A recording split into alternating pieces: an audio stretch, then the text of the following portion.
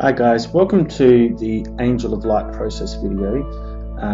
This is also the tutorial, and I just want to thank you all for subscribing and supporting my art, and also obviously downloading this video and having a listen. I hope I can pass on as much information and knowledge as possible and give you my experience as to how I paint fantasy illustrations.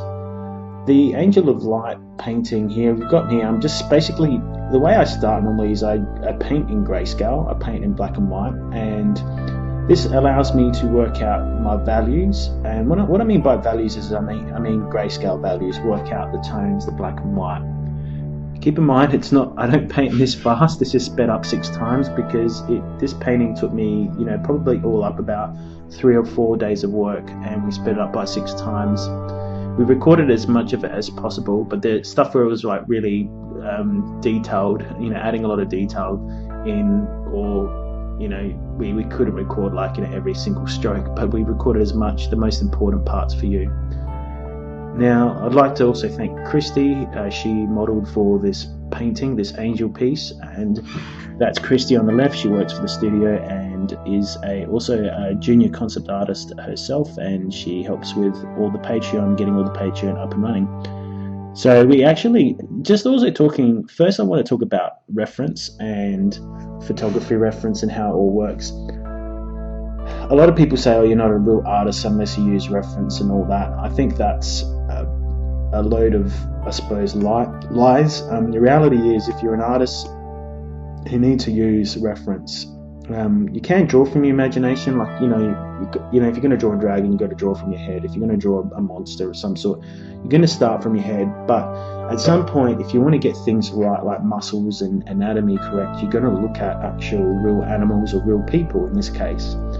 And when we shot this photo, I've got millions of other photos of Christy, in different poses with different armor, with different swords, and slightly different adjustments to her costume and things like that.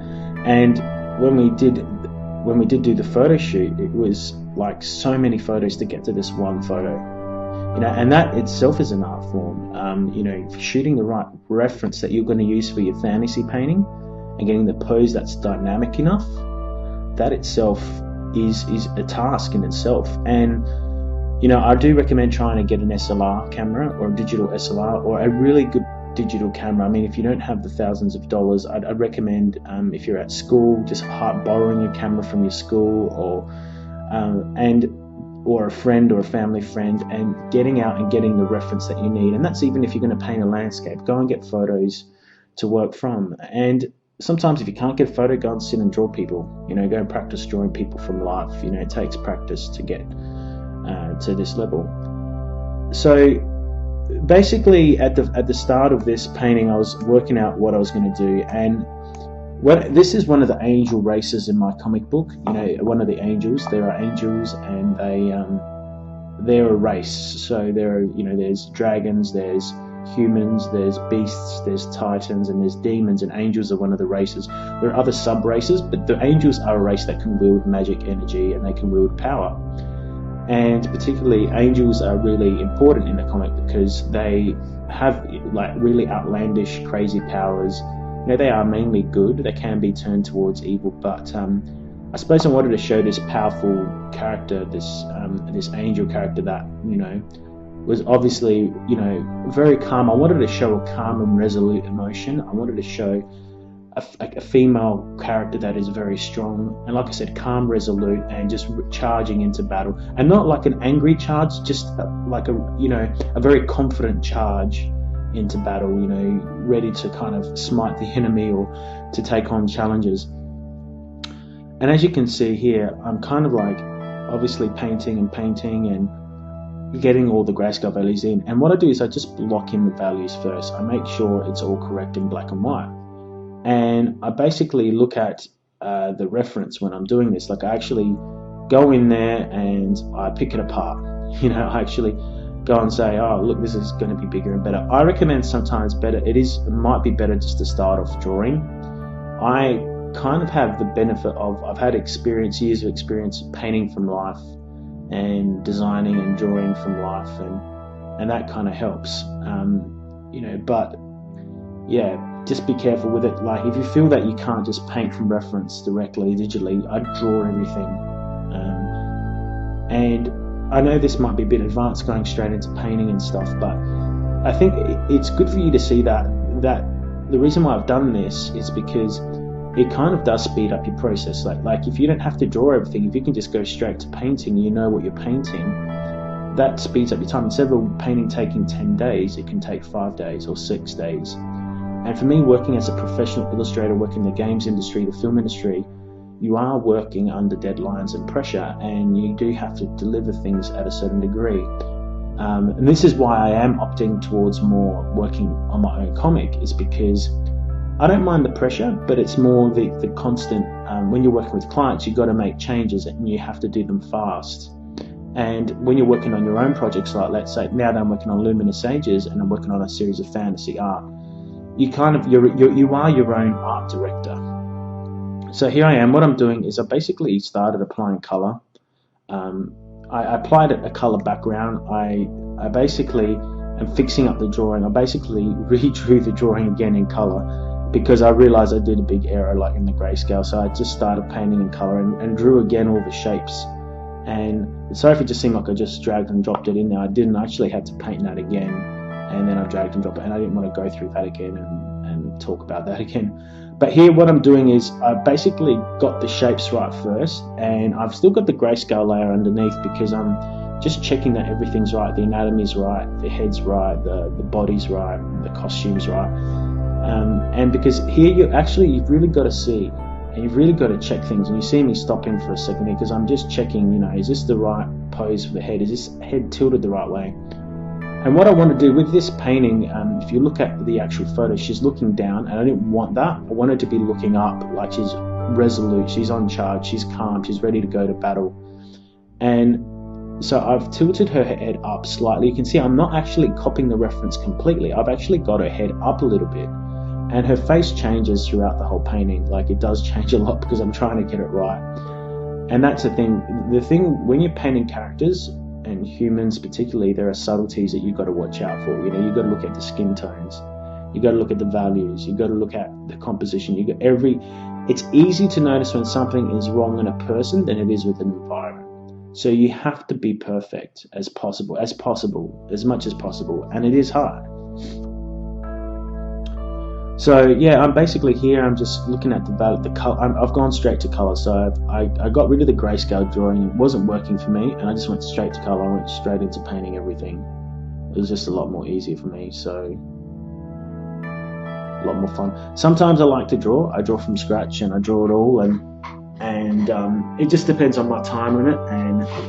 And I think at this stage, I was really just figuring out what did I want to do, and I had an idea in my head. I was like, what can I do? I want to show she's an angel. She's going to have wings. I had to fix up the feet. I had to also design the whole background. So here I'm just filling in the most important thing. And at the moment, the first thing that's the most important in illustration is usually the face. When you got a character, people will always look at the face first. Especially if it's a character work, or there's characters are in the scene and they're doing something. So it's really, for me, the first thing was painting the whole character first. The face, sorry. And I didn't want her to have standard eyes. I wanted to give her energy, light eyes with energy in it. I suppose magical energy and power and stuff like that. So it was important to get the face in, get the highlights, get that bit of light that I just painted in there. That's bounce light. So you have the light coming in from the top left, and then that would be bouncing off her clothes. The white reflects light, the white clothing that she's wearing, and that hits the side of her cheek there, by her lips and that. So, in shadow, you're still going to get a bounce or a highlight of some sort, but it's not going to be as bright as the side where the lighting is coming from.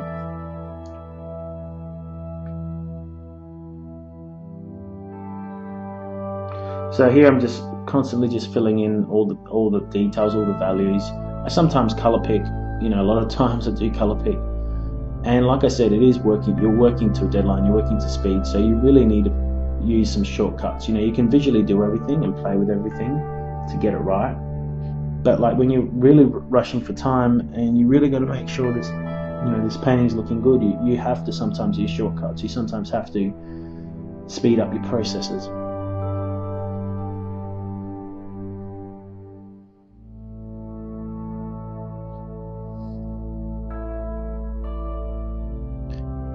So you see, I'm just painting in the hair, and the face is still not right. It needs to be. It does need to be tilted, or it does need to have a different cheekbone, or it's not horribly bad, but eyes are all over the shop at the moment. Like, one's down, one's up. The final painting, the eyes are pretty symmetrical and they're working. But for me at this stage, it's just that's enough. I'm getting a lot of the values. I'm basically getting a lot of values in. What I also do is, as you can see, I've duplicated and created copies of the artwork and I merged them. And what that allows me to do is add more color to the scene. So here I'm painting in angel wings. I'm painting in a halo. I don't end up using that halo, and I don't even use those wings. But at this stage, I'm just working out the design. I'm like basically saying to myself, what's working, what's not working.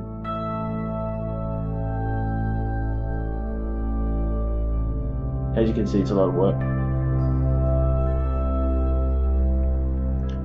So yeah, I'm just playing with it. I've got that like as a blue halo, so I started painting with blue. I'm playing with that idea in the wings and that, and the sword.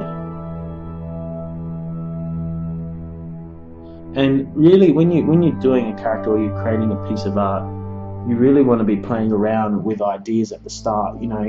It's good to kind of go, all right, what am I going to do? Is this angel going to have a blue aura, a blue kind of shield around it? She does end up having an aura, but it looks totally different at the end, as you'll see as we get to the end. So I just, I've got the design, the wings in, and then I go back to painting the top and painting in the chin and painting in the lips and stuff like that. So I go in and start filling in all the details, and I've put in the gold lace around her belt and the black belt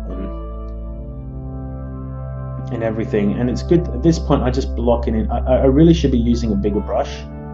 So, I recommend always using a bigger brush. But I think with characters, I try to be a bit more sensitive, and I try and use smaller brush strokes or smaller shapes, figure them out, especially because I've got the reference already here. And I'm just making sure that I don't do too big shapes and get it wrong at the start. It's better to try and be more precise. And that's just me. I find that's what I prefer. I prefer smaller strokes and pencil lines. And it's not about not having confidence. It's more about being precise, having precision in your work. And people say, oh no, you should start with large shapes and block in big shapes first. And I agree, and that works with environments, and it works with doing, say, a big dragon. But I think when you're designing characters and you're working with human elements, people, like I said, you need precision.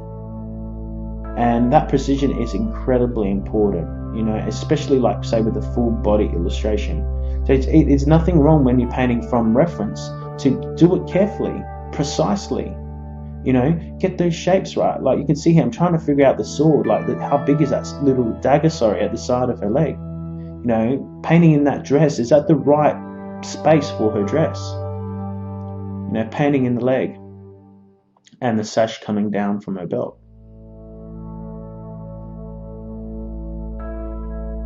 And this is the hardest bit, is drawing the people. Not just for me, because I mainly focus on environments and characters, or monsters and environments, but it is the most important part. The focus is this angel, this human-like character, or the angel. And the most important thing with the angel is showcasing, getting the details and the information correct with precision. Because once you've got this right, then everything will fit in with the rest of the scene. The environment, the clouds, the extra cloth that add to her, all the other things will work because she's correct. She is the focal point. It's really important that people focus on this character. I started doing a symbol on the shield, but I realized, I started this design, this illustration is not just for Luminous Ages. It is definitely a Luminous Ages character, but when I've been designing my characters and my comic, I've been also thinking about clients who I really love and I really want to work with, and one of them is like Magic the Gathering and Dungeons and Dragons. So when designing my characters, I'm working in that aesthetic. I'm trying to hit that goal. I'm not copying their style, I'm not copying their aesthetic, but I'm trying to do it my own way, but I'm thinking of them.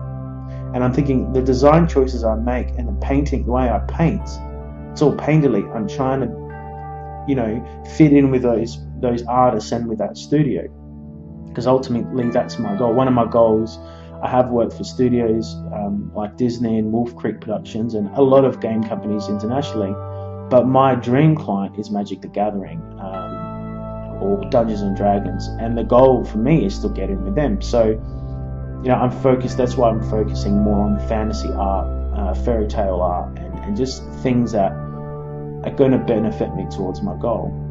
And even when I'm designing this, I'm really thinking about the shield. Like that shield has got a religious symbol on it right now.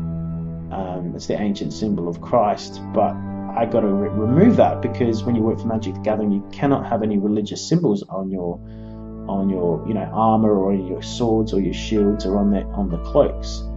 And so this is one thing you have to remember when you're working with studios. You need to. It's not about not being censored or anything like that. But when you're working with studios, you have to design based on their form language. Okay, you have to design your art based on what's their style guide. And I even, to the point, I showed this artwork to someone who is affiliated with Magic the Gathering and works for them, and when this person saw it, they said, "Yeah, this is a Magic the Gathering piece. You've hit the style of what we're looking for." So, but now my goal is to make 4 more like this and then send it in to hopefully work for them. But I'm not compromising my story, and I'm going to make sure the dragons I do are still for my comic, the characters I do are still for my comic, the monsters, the scenes. The illustrations, the finished illustrations that I make are still for my comic, but I'm keeping the studios in mind that I want to work with, who I want to work for. And this is really important. If you want to be a professional artist, the reason I'm sorry if I'm sidetracked here, but I really wanted to stress the point. If you want to be a professional artist, it's really important to stick to the styles that you want to work in. To focus, like if you want to go and work for DC Comics, you paint Batman and not Spider-Man, that's the wrong one, Batman, Robin, The Flash, Superman, and you have a whole portfolio of that, and you go send that to DC Comics. You don't take that portfolio to Marvel Comics, and you don't take that portfolio to Magic the Gathering. And this is what people don't understand in the arts. You can't just work for one studio and then hope that that's going to get you a job in the other studio. And this is part of the struggle of being an artist, and this is part of why I've set up a Patreon, is because I've worked for some renowned studios, but also you have to understand that you need to take off time, and you can't work with clients for a while because you've got to develop a new portfolio for different studios, or you have to develop your own artwork for your own intellectual property, which you can then send off to other studios. And so, sometimes you've got to work for free. You have to do stuff and hope that people will purchase it, or that the studio will eventually accept it and you get a job with them. Or it may lead, you might make a whole amazing new portfolio of artwork, and that artwork gets seen and picked up by a major brand, or a major company that is looking for an artist that wants that style. But anyway, as you can see, I'm still filling in all the details. Painting from reference, I'm looking at the sword, and I'm basically looking at reference and painting. That's basically all I'm doing. It's quite simple. This is the easy part. When I say easy, I'm just painting from reference. I'm adding some things to it. I've played with her hair. I made her hair look wavy. I've played with the wings. I'm adjusting the sword. I'm doing some silly stuff. I'm changing it all. But this is the easy part because I'm just painting from reference. The imagination hasn't started to work yet. Okay, I'm just basically filling in the gaps. I'm just adding in the structure of the character of of my model, which is Christy.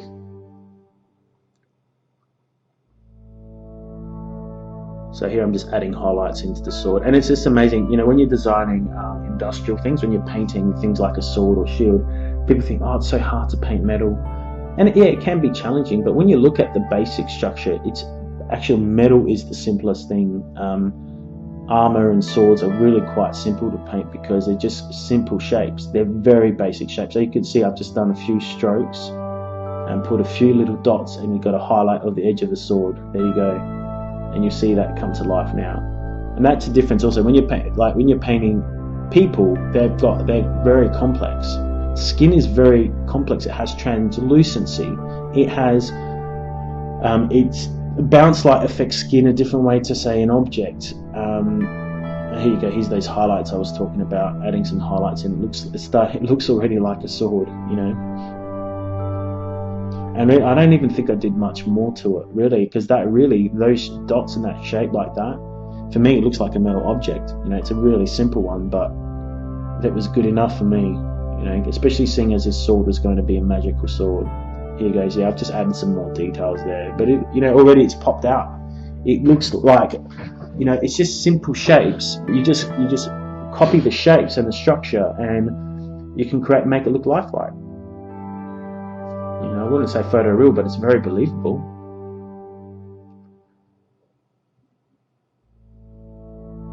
So yeah, this was a lot of fun making this. It was a challenge at times to get things right, but it was a lot of fun because there was a lot of creative license. You know, as long as I painted the reference of Christy correct, and once I got there, everything else was the fun part. You know, I could add in whatever I wanted in the background. I changed her a little bit, you know, her hair. I put some really cool magical auras around her, and I changed my mind a fair bit, and I think that's good. I think that does slow me down sometimes, because sometimes I change things at the end, but that's just because I am, I suppose, not a perfectionist, but I'm the type of person that likes to be creative and come up with ideas as I go. You can lock yourself in with the design straight away and then just finish off the render, and that's how some people work, and that's how it gets done faster. But me, I like to even experiment and go, hey, what if this wing looked like this at the end? What if the halo looked like this? Or what if the castles and the clouds look like this instead? And that does slow me down, but that does also make my work better. You know, well, that's what I feel makes it better. You know, if I just settled for the first design or the first version of my painting, it'll be good, but if I spend another day or two, it'll be better, and I change some things and I maybe play around with the design a bit, it will be better. And I think that goes for anything in design. You got to work harder, as Arnold Schwarzenegger says. You got to work harder, you got to push. And I think that's part of, like, I think if you're going to be an illustrator or a concept artist, you know, working in publishing your stuff or working, it does take time to get good. And a lot of people kind of think, oh, I just want to be an artist on my own terms and just get there when I can. And yeah, sure you can. I mean, but it could take you ages to get there.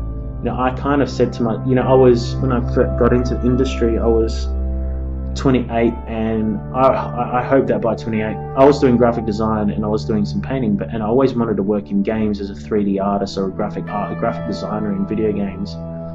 And I was 28 and I was like miserable because I hadn't gotten there, and I was like, why am I not getting there? It's because I didn't sit down and do the work. And then from 28 to the age of 31, 32, I knuckled down for 4 years. I had a job, you know, I did have a job teaching art, and this is why I'm still teaching now, but I was teaching art, but then I said to myself, I'm going to knuckle down and do some amazing art. I'm going to sit down and I'm going to get better. I'm going to push myself to get better. I want to make a portfolio that's going to start to get me work or get me noticed. And I did do it. In 4 years I did it. By the time I was 31, started getting freelance work, and I've been doing freelance since about 2010, roughly. You know, so I did get my first job in 2010 when I was still kind of practicing. But yeah, I suppose I made it. The last 4 years I've been full time. So here you're probably wondering what I'm doing. I've basically just got the divine proportion grid. I don't know why. I'm just moving things around, seeing where they go. It also when I was designing this, it started off as a portrait orientation. You can see I'm putting her on the actual grid where the divine proportion ends. The divine proportion, or Fibonacci, is a way to kind of compose your scene to create visual interest or draw attention to a certain point.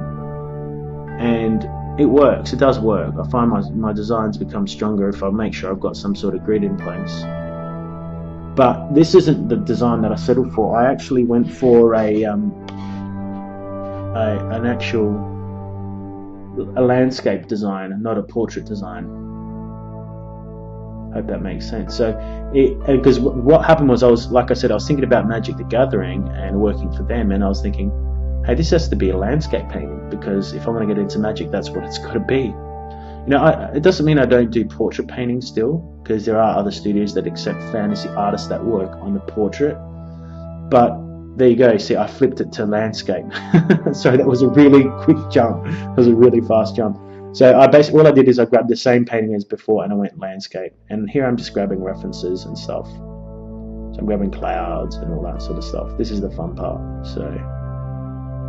But yeah, it's amazing how much it changed. Like at first, my wings, I was thinking, I want to do ethereal wings, which is what they were. They're just like magical energy wings. They're not like real bird wings. But for me, I think that was a cop-out. I know it sounds really funny, but it's just like, oh, that's so easy to make magic effects. What would be hard is to actually paint real bird feathers. That is a challenge. And so I set myself a higher challenge. But that's all part of it, like if you're not challenged, what's the point, So it's all good. But here I'm just painting all the clouds. I actually pulled this photo on the left over here. Is actually a photo that I took in my backyard. At the same time of day that I took the photo with Christy, I went out in the backyard and took photos of clouds. And that way I had my cloud lighting, my background lighting was matching the lighting that I had for the model, and that made my life easier. I mean, I play. But basically, you start off with reference. Like the way I paint is I start off with reference. And you can see I'm not actually painting a real cloud that's there in the scene. I'm actually just looking at the cloud. I'm looking at the values of the cloud, the colors of the clouds, and I'm basing my design upon what I see, the lighting that's used in those clouds. But it was lots of fun.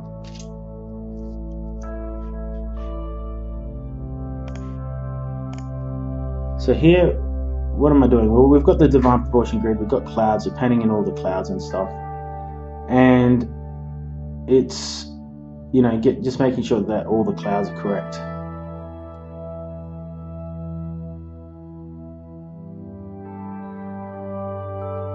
So I'm going through and, I suppose just painting in the highlights of the clouds and putting in the lighting, and it's just a rough idea. I really didn't like the shape at the moment. The shapes that are the two big clouds that are near her legs and near her waist, they're very similar size in shape, and I ended up changing that dramatically, and I wanted wispy clouds to kind of show, like, I suppose, drama or just that moody kind of wispy, heavenly-like atmosphere. And yeah, so as you can see, there's an illustration. I'm actually painting in all the things that make it stand out. And also you can see that she's not quite on the divine proportion grid. It's not always about putting the character right on the grid, although I do in the end move it over.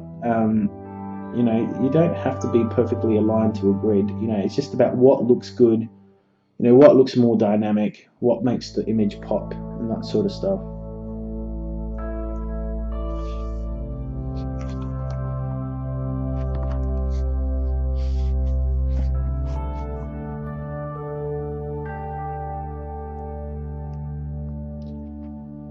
And here you go, I've basically got rid of the old wings, and I was like, I'm going to paint new wings. I wasn't happy with them.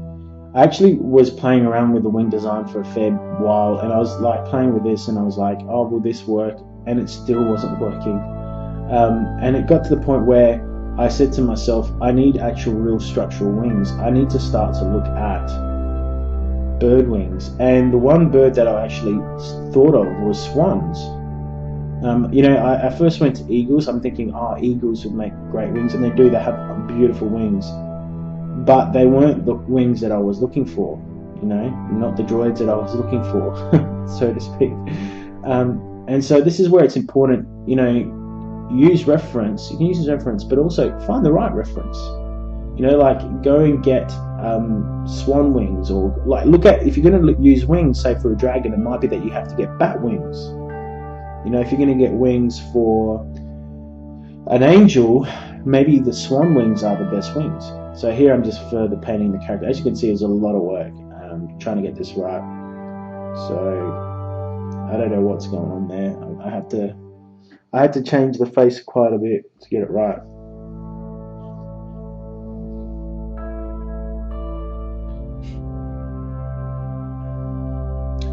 See, I can see already that the major problem is that the eyebrow should have been up, her head should have been tilted down more.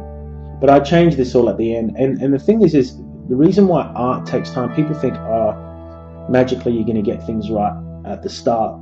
You're going to be a great artist. It takes a day. You might need to sleep on something.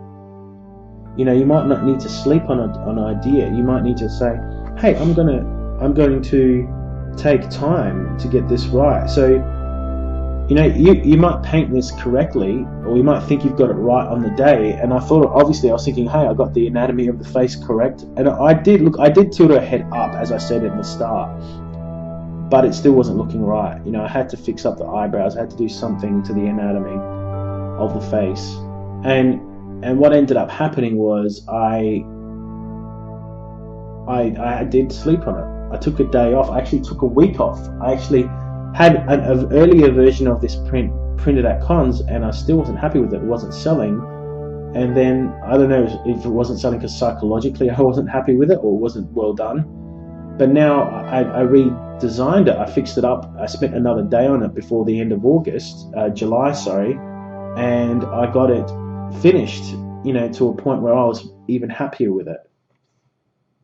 And that's the thing, it takes, do a painting, give it time. If you are busy and you've got more than one painting to do, and that sometimes is often the case in my scenario, you need to get distance from your work. And it doesn't mean you're not a professional. Why can't I see my problems?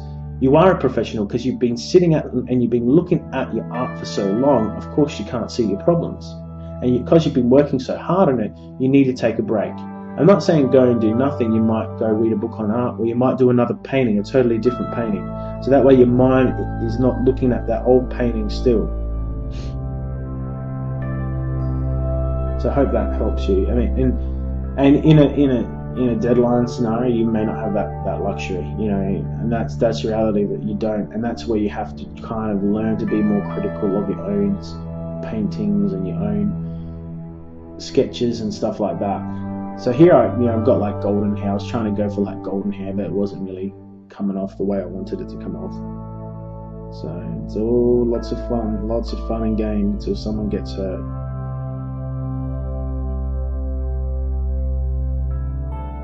Yeah, so I just kept on going, I added in more hair, all that sort of stuff.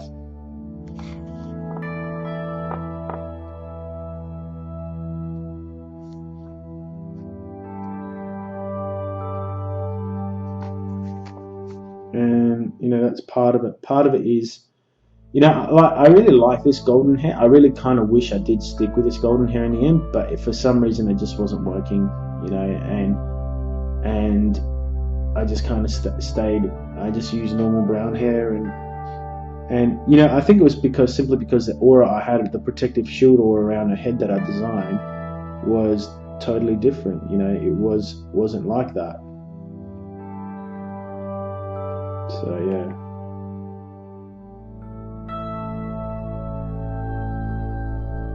As you can see, it takes a while to get a face right, and I'm getting hairs right. And the frustrating thing about art can be that you may have to scrap that. You may still not be happy with something, so you have to actually scrap it. And that's just part of it all, of the whole journey of being an artist. You have to be prepared to revise your work and change it. So as you can see, I changed the shield there. I've even got like everything in layers. I've got the wings in a layer because that's going to change. That will change. I have the cloth in a layer. I started painting feathers in the scene.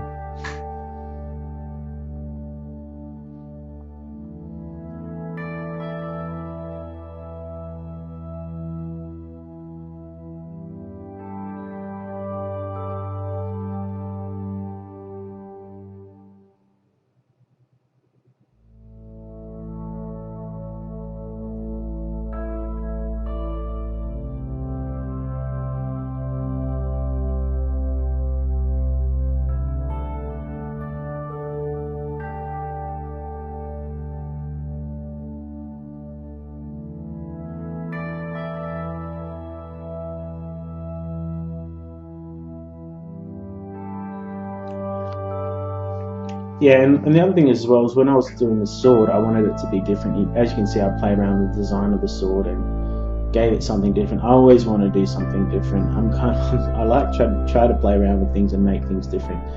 You know, I've gave it these kind of angular shapes and give it this thing, and it's really funny because looking at this now after painting everything, I like this shape better. I should have stayed with this shape, and I didn't. But that's part of it, you know. It's part of it. Maybe, you know, it's just you do change your mind a lot when you're working on a painting, and that's just part and parcel of the whole battle. You know, being an artist, is you do change things quite a lot.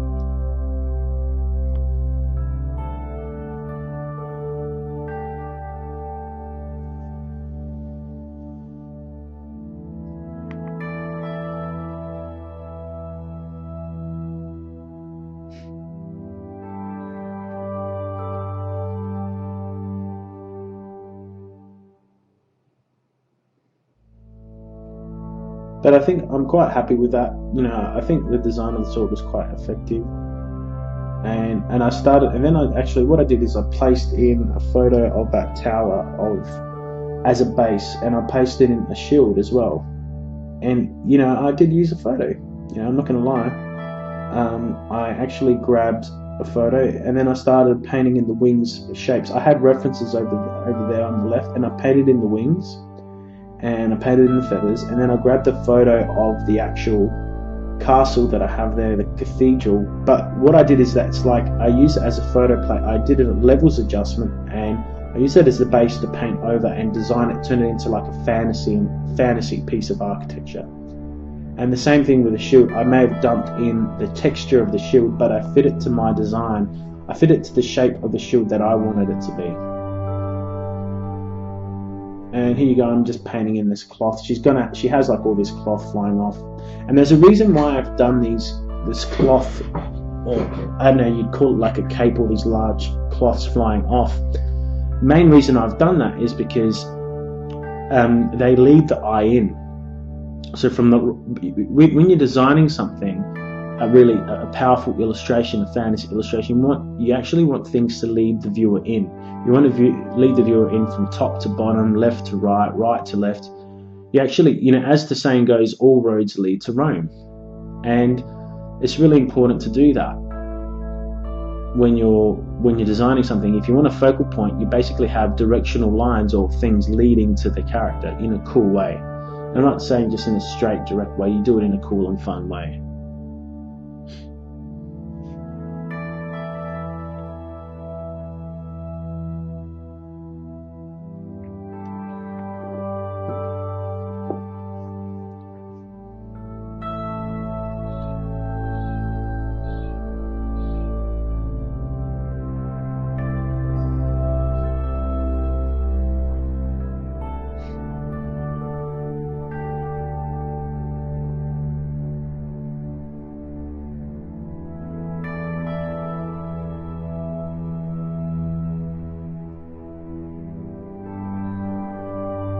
So I'm just resizing the castle as well, or the structure, the angelic towers.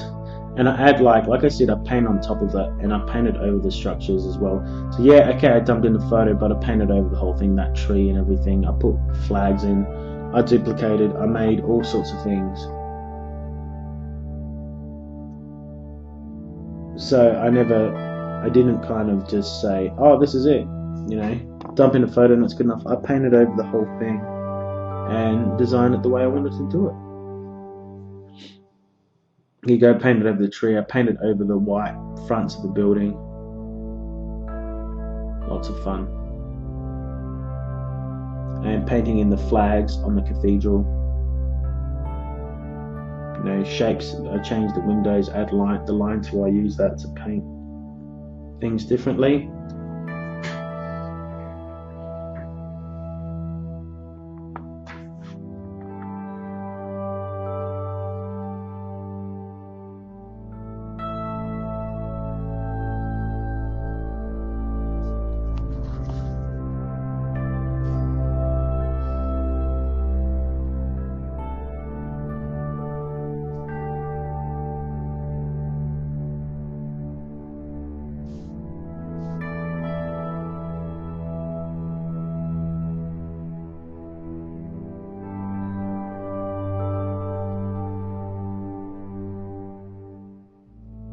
So I'm still here. I'm just basically talking and well, thinking about what I'm going to talk about. Sorry, should I say?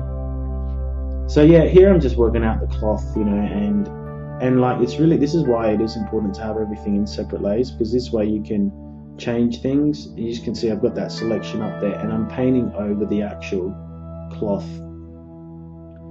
You know, selections are really important. So as you can see, I'm adding more shadows to the cloth, and the cloth changes again. You know, it's just, that's just the first point of call.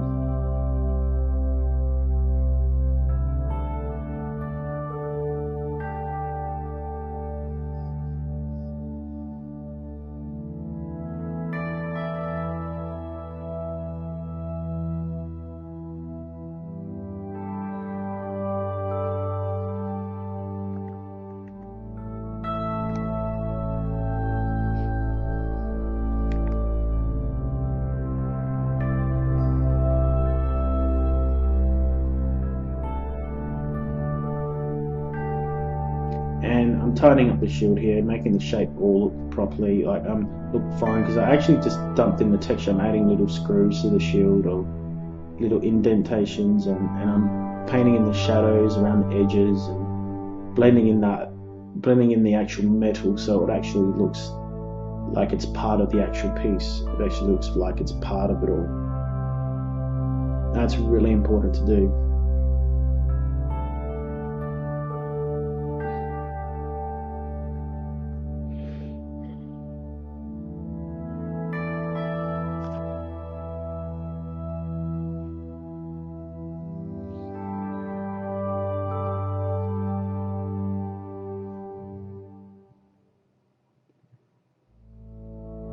Yeah, so it's all coming along now. You know, at this point, I'm like, it's just rendering everything. You really need to sit there and render it all.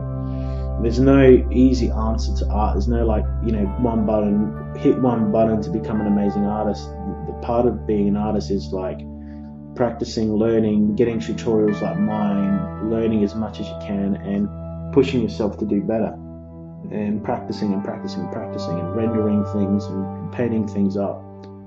And that's the reality of it. You know, there's no easy way out of doing art. If there is, can you please tell me?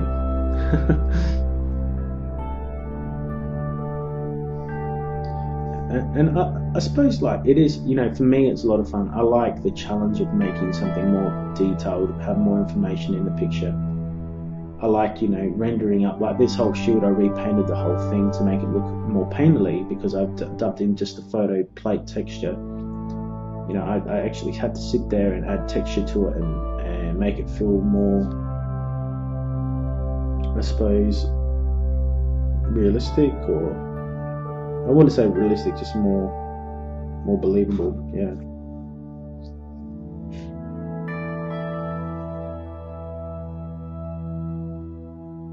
So as you can see, I'm painting that cloth, adding more cloths in as well, so it looks more dramatic. So she's got these beautiful flowing capes coming down from her dress, and she's looking more interesting than ever.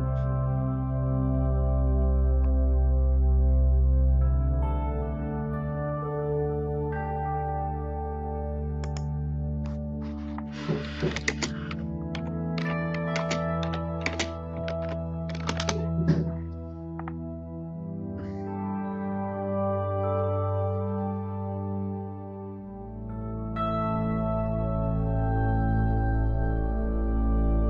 so still getting that cloth right. This is where people think art's easy. You know, there's things like this where you need to look at references. Like I later do pull out references, and we use the references to get things right. So, but as you can see, I'm painting in the shadows, and it wasn't horribly bad. I just had to fix it up, and make it look more like cloth and stuff.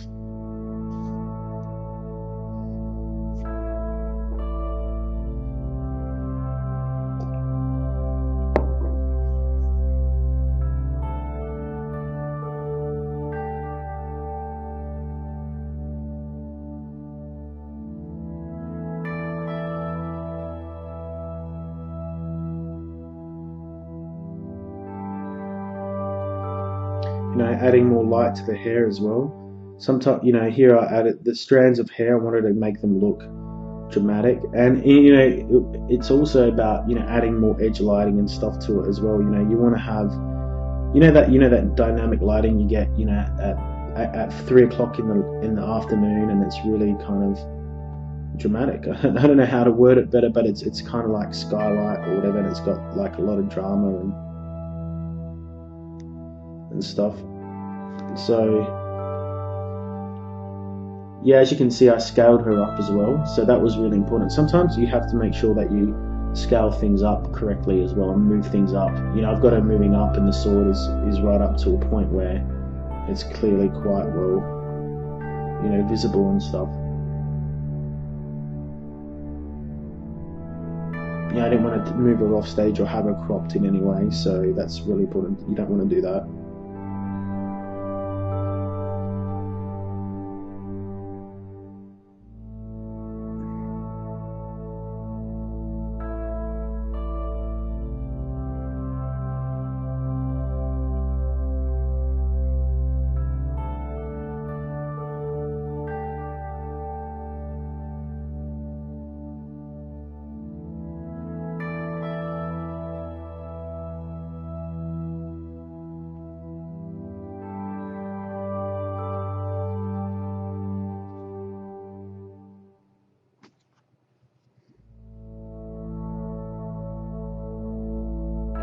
So yeah, I've just duplicated the cloth and added more cloths in as well.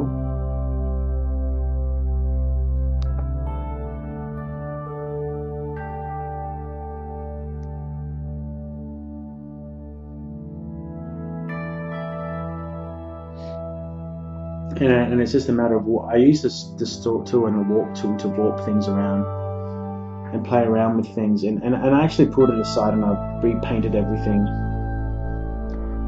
You know, I duplicated what I had, but then I used that warp tool. I don't know if you go to transform and warp, and it allows you to warp things the way you want. You can say, oh, it's photo manipulation and whatever, but I'm photo manipulating my own painting. And that's where I kind of get a bit annoyed when people say, oh, you use, you know, digital's cheating. It's not. I'm just using my tools. It's still a tool. Whether you're painting digitally or you're painting with traditional art, all art is a tool, and mastery of all forms of it is acceptable as long as you do your best in whether you're a digital painter or you're using traditional tools. It doesn't matter how it's done. So yeah, the idea here was have a secondary cloth kind of hiding below the other cloth in shadow and stuff like that.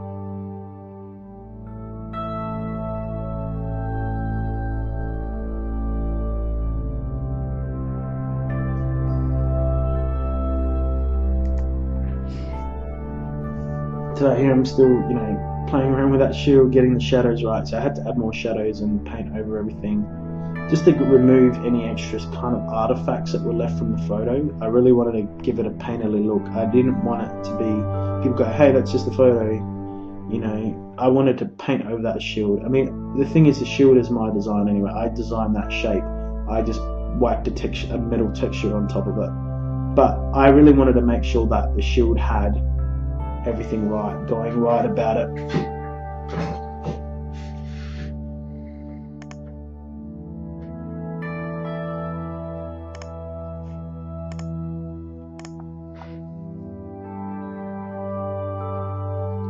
So shadows onto the cloth again still.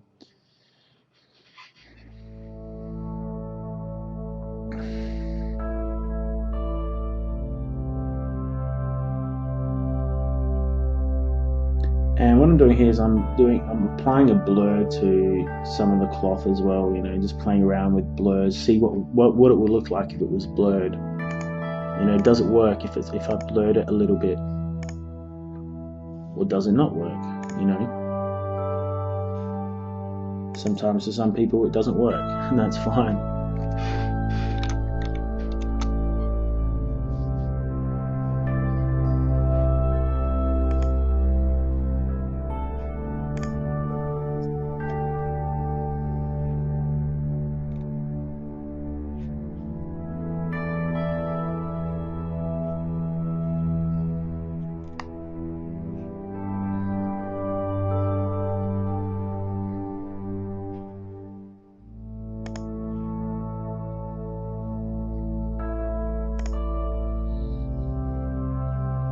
Yeah, so I blurred out that cloth and I just kind of used the smudge tool and the blur tool to do it. As you can see, the shape of those wings, it becomes more detailed and complex as I paint more and more into them afterwards, but they're just rough shapes at the moment, you know. That way I know, okay, this is where I need the wings to be, you know.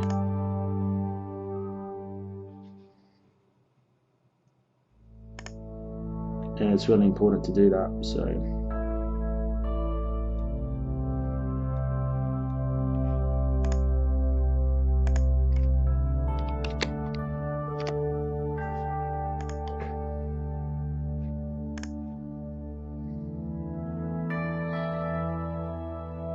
Those damn cloths took me ages. Her cape took me ages. It's funny, it's just sometimes it's the simplest things like feathers or cloth or, you know, clothing takes you the longest part in an illustration to get it looking right, because sometimes it's the textual quality of that that takes time to get better, you know. So yeah, it's really important to kind of study. You know, you could spend time doing studies on the actual materials and that. Like you could sit down and you can go, oh, I'm going to add more. You know, I'm going to study how does velvet look, how does cloth look, how does leather look, how does all this stuff look like, and I'm going to paint it and make sure I get it right. So.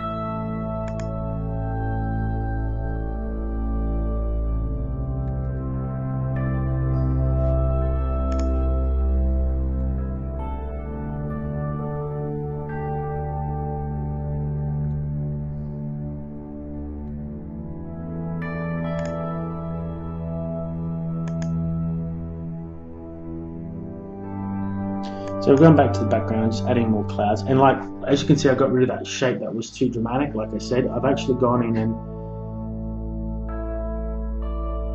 I'm making the shapes lead to the character. So I'm making the cloud shapes, I'm controlling the cloud shapes so that they actually lead to the character design. You know, you actually can see that they're leading to her.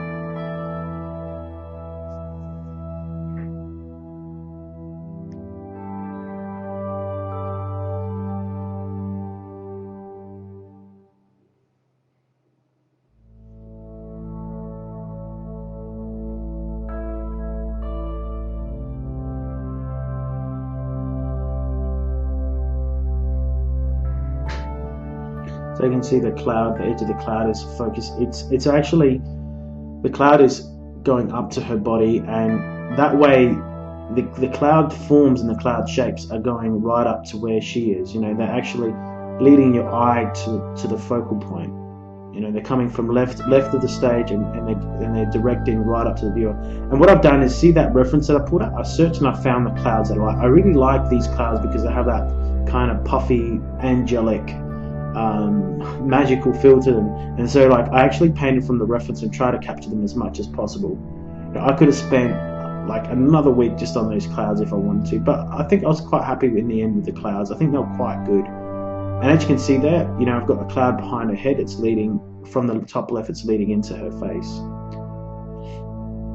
So it's all these things that really help to make your design pop out. And if you have a look, you've got her dark belt on the left of her body. The reason why the cloud is there is it's this light cloud that pops her out. And as you can see here, I've gone and turned the image to a grayscale image. And what I've done is I've played around with the background, the brightness and the contrast in the background to see what would make her pop out more. You know, do I make the background lighter? And yes, it was a matter of making her lighter. I then have, at the end, I did actually choose to go make her darker in the end. So, you know, and that's because when I painted her, I made her lighter as well. When I finished painting the character, I made her lighter. So then inherently I had to make the background darker. So it's things like that you need to obviously be fully aware of and realize that that's important, you know.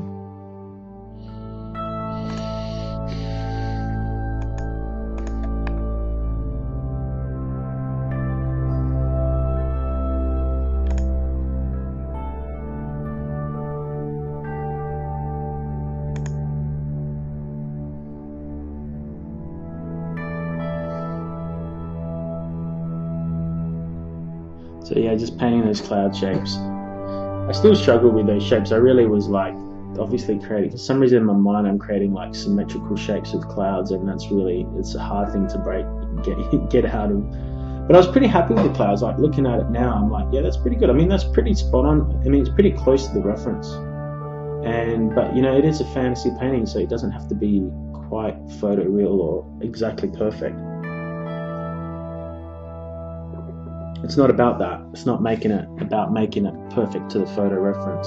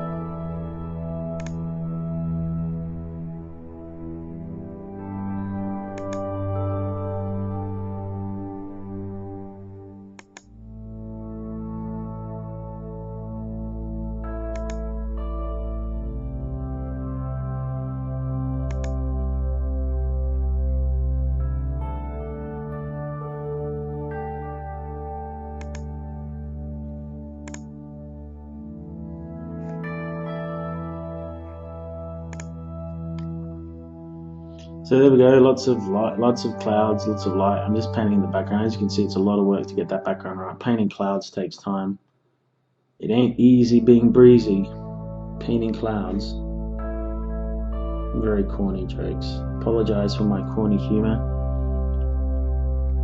Maybe not, maybe you like it, I don't know.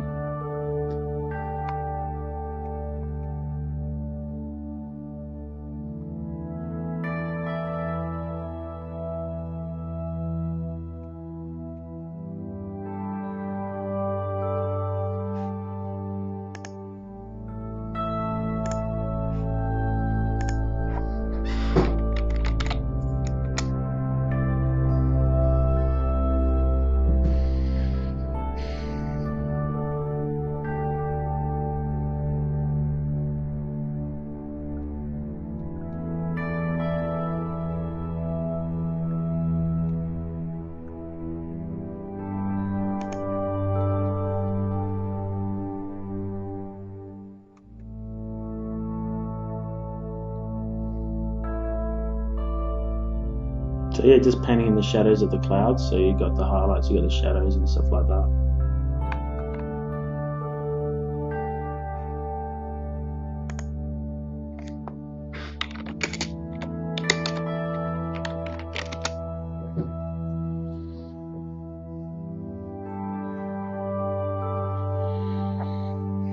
I'm sorry if I'm not talking. I am watching the video, and I have got, you know, it's just like I don't know what more I can say other than, hey, I'm painting clouds. Well, I suppose the brush I'm using with the clouds is a soft brush, and you know, it's really important to use the brush for what you're using it for. Like when you're painting in Photoshop, I'm using a soft brush. As you can see, it creates a cloud-like effect. And I didn't use a special brush, you know. Look, I have given you all my brushes for this month.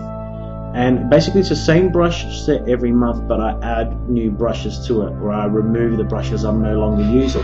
So if there's a brush like that I'm keeping, I add it in. If there's a brush I'm not using, I take it out. Or if there's a new brush I make, I put it into the set. So every month the brush set does change that I give you guys and girls. So, but yeah, as you can see, I just use a standard soft round brush to get the clouds right. You know, it's no hocus pocus magician kind of brush. You know, it's not like I've used a special fancy tool. You know, there's nothing fancy about it. You know,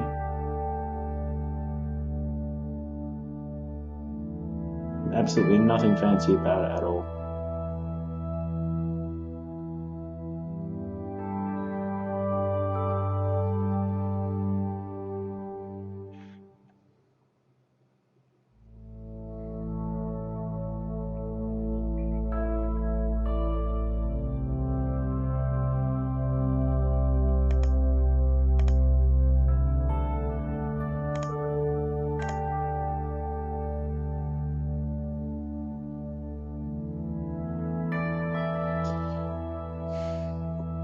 So yeah, just working out. I think here I'm painting something.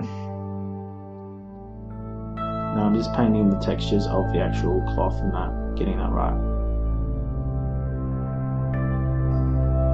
So as you can see the clouds on the left. I've mimicked the clouds as much as possible. They're the clouds I want to go for. The feathers, I end up pulling out references of feathers, and that's what it's about. You know, it's kind of like you're Frankensteining from different references. Okay, I use one reference, one base model, and I paint one model, and then I add to it. Like I actually had to look at hair. Like I painted in the hair from my imagination, but then I looked at what does hair look like in full-blown sunlight, in direct light. What does hair look like if it's blowing in the wind? What does hair look like if it's doing this or the other? Here you go. I did start playing. This is where I played with the sword. This sword is cool. You know, I wanted to go for something angular, different. You know, I'm sick of the standard sword. It doesn't work. I know, like you couldn't sheath that sword. You could not put that sword in a sheath because of the angles of that blade. You know, it's a weird sword, almost sci-fi. But it's a fantasy sword. You know, the idea is that it magically appears. You know, it's a constructed item of magic, a magical sword. And so that's what it is. You know, it basically, you know, when she doesn't want that sword, she just pretty much says a magical word and it disappears. And when she needs that sword, she says a magical word and it appears in her hand. You know, and so it doesn't need to make sense. You know, yeah, okay, if it's a proper knight in armor, knight in shining armor, and it's a real medieval knight, yes, the sword has to make sense. You know, and I get, you know, when you're designing things and you're working, you know, like a lot of, like I have a painting of a pirate ship, and someone was like saying to me, oh, that pirate ship painting, you know, it's one of my top selling pieces of art.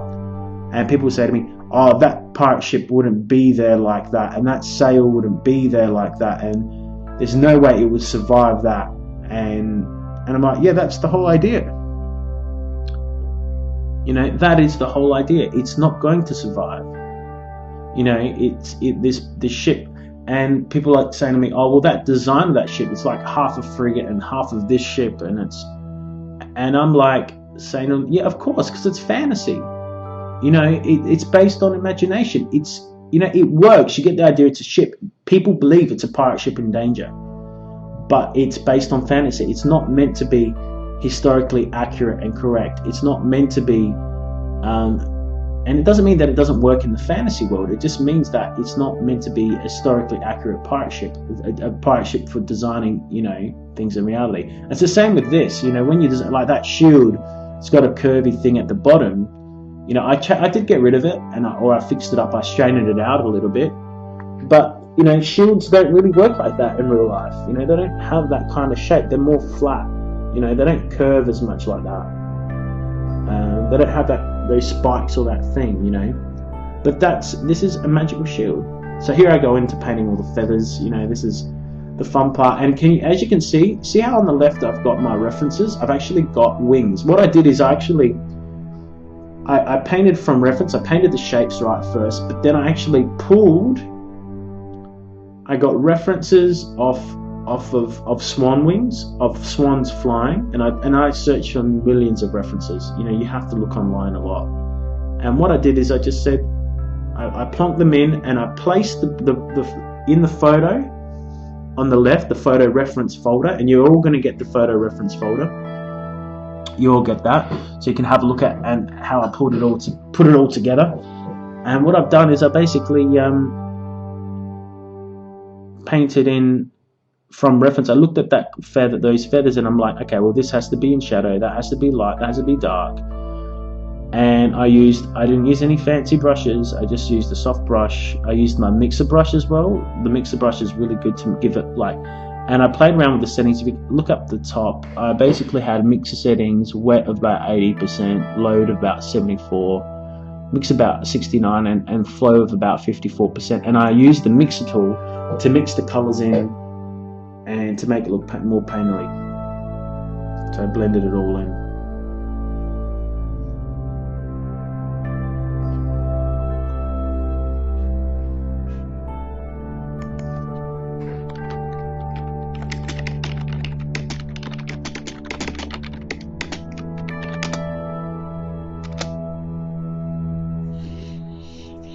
And so yeah, I used a big soft brush. And again, I've got the selection. I've got the layer in the selection. I'm using the soft brush to paint in the shadows on the feathers, you know, behind her.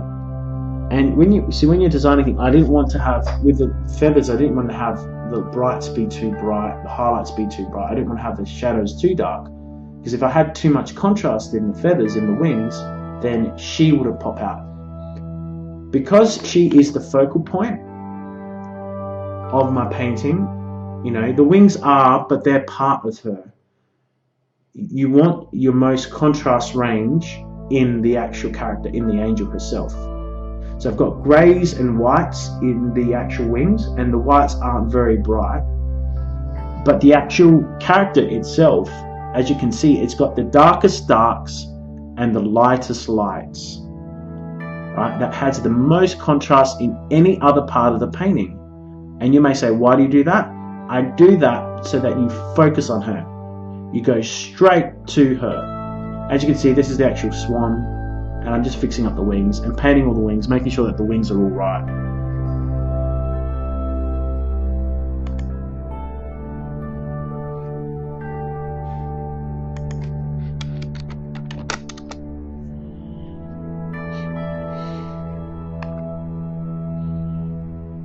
You know, you have to sit there. And so yeah, I just kept on painting the wings. The wings were meticulous. It was just a matter of getting all the shadows in right, and putting it in behind, putting it all in based on the reference. And I used swan wings, you know. So there you go. Like this here, going too dark just didn't work. You know, it was just way too dark. I brightened it back up after this. Yeah, I was just like, yeah, that ain't gonna work. So going too dark, what that will do is that draw attention away from the actual character. So I wanted her to have a magical feel about her. So having lighter wings is better. But I did darken it off and then painted back the highlights in again, you know, and just to give it a bit of contrast in the wings. You don't want to I didn't want the wings to be too washed out, but at the same time, I didn't want them to have too much contrast. The focal point is the angel. And like again, the most important thing is in your focal point in a painting, you need to paint your darkest darks with your lightest lights. I'm not saying you put black next to white, but I'm saying you put your darkest blacks in your painting closest to your lightest lights. Here I'm just playing around with the eyes. She has like blue energy eyes. She changes to yellow later. Repainting those eyes again. Actually, I think that looks really good like that. I should have left it like that, you know, giving her some ethereal eyes, but that actually looks quite cool already like that. But yeah, I painted in blue eyes. You can see the magical effects coming out of those eyes.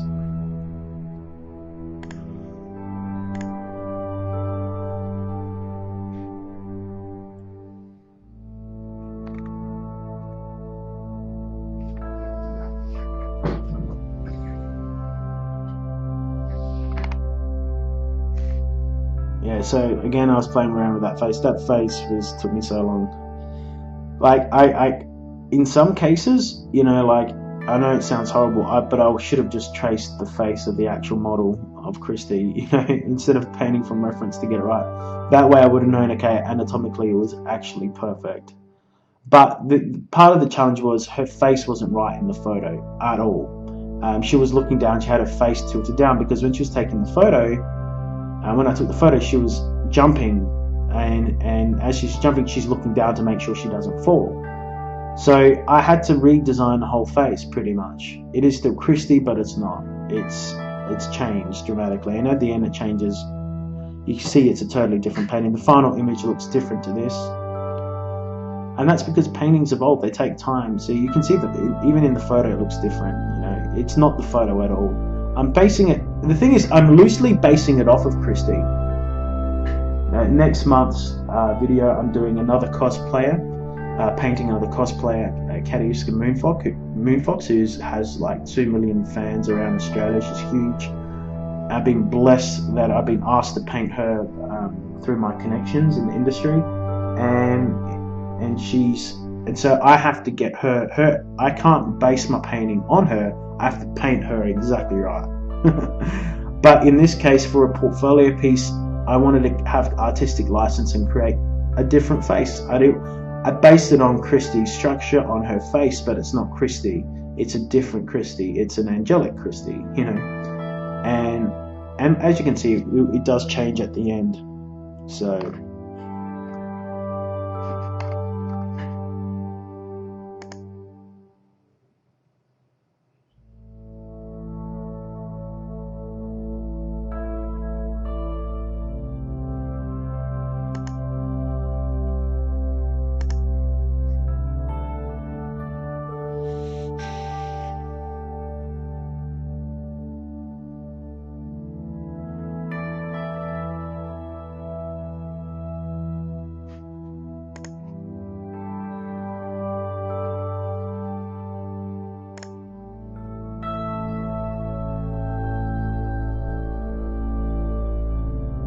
So I'm going and just painting the hair, getting all the shadows right on the hair. Lots of fun.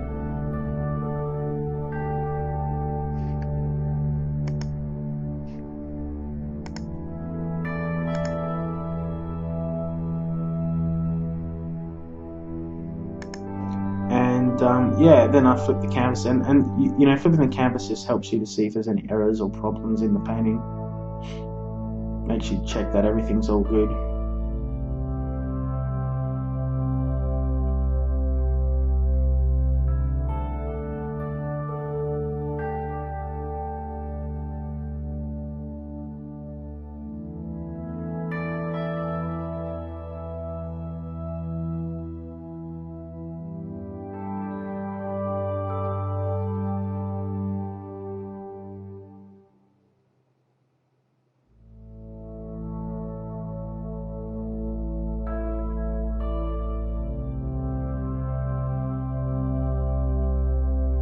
Yeah, so I just played around with the lips, and like, you know, like I said, I was just perfecting the face, and the face kept on getting changed and added to, you know, until I got it right at the end.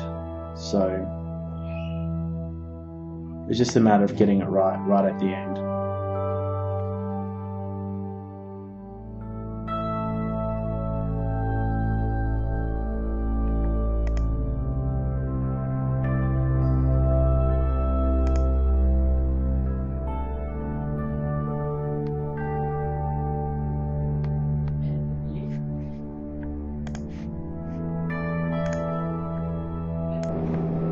So here I am painting the eyes, and just trying to work out if things are right.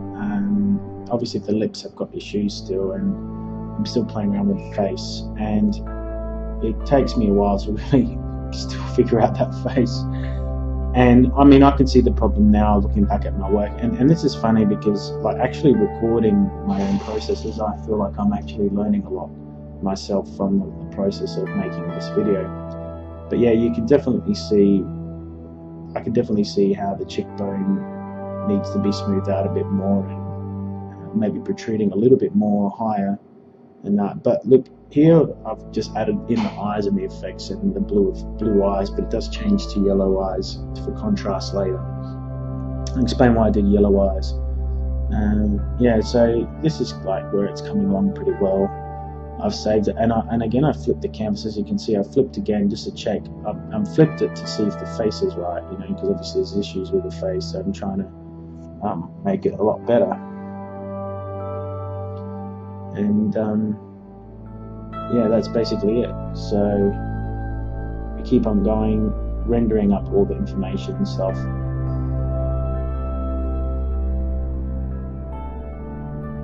And a lot of the details have been applied, painted into the whole character as well, you know. Later I render in all the texture that you can see on the photo. I try and paint in the jewellery as much as possible, and I paint in the texture on the cloth and the clothing, and in the hair and the feathers on the wings that need more. So, you know, rendering things just takes time. You know, there's no button that speeds it up at all. You know, I can't, you know, you can put in photo textures, you can put in texture brushes, and that's fine. But then you still need to blend that in so that it all looks harmonious. You know, you need to grab in some texture and do that. And that's basically it. So here I'm just still playing with the face, needling, making sure it looks alright. I actually think it looks pretty good here. I think, you know, I think I changed a lot later and made more problems up with it, and that's just part of it. You always make errors, you know. I do like the bluish eyes. It does end up having yellow eyes, but it looked, you know, it was an evolution, the process.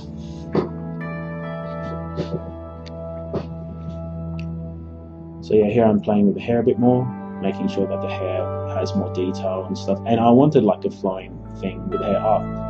Here is where the effects happen. So what I did is I basically created a color dodge layer, and in the color dodge layer I painted effects around the shield, around the sword, and at the time it was just like red and blue energy around there. And there was this, it's just a tester. I was only doing a tester to see what effects would work on the sword, and that was simply all done in the color dodge layer.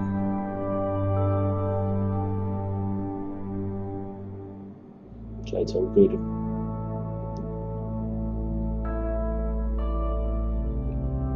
Yeah, so it's all done in the color dodge layer. It's all being done like that. But now I've gone back. Now that, like, what I wanted to do is I put the color dodge layer or the effects above everything, so that when I painted the wings, I could go in and then see, do the wings actually work?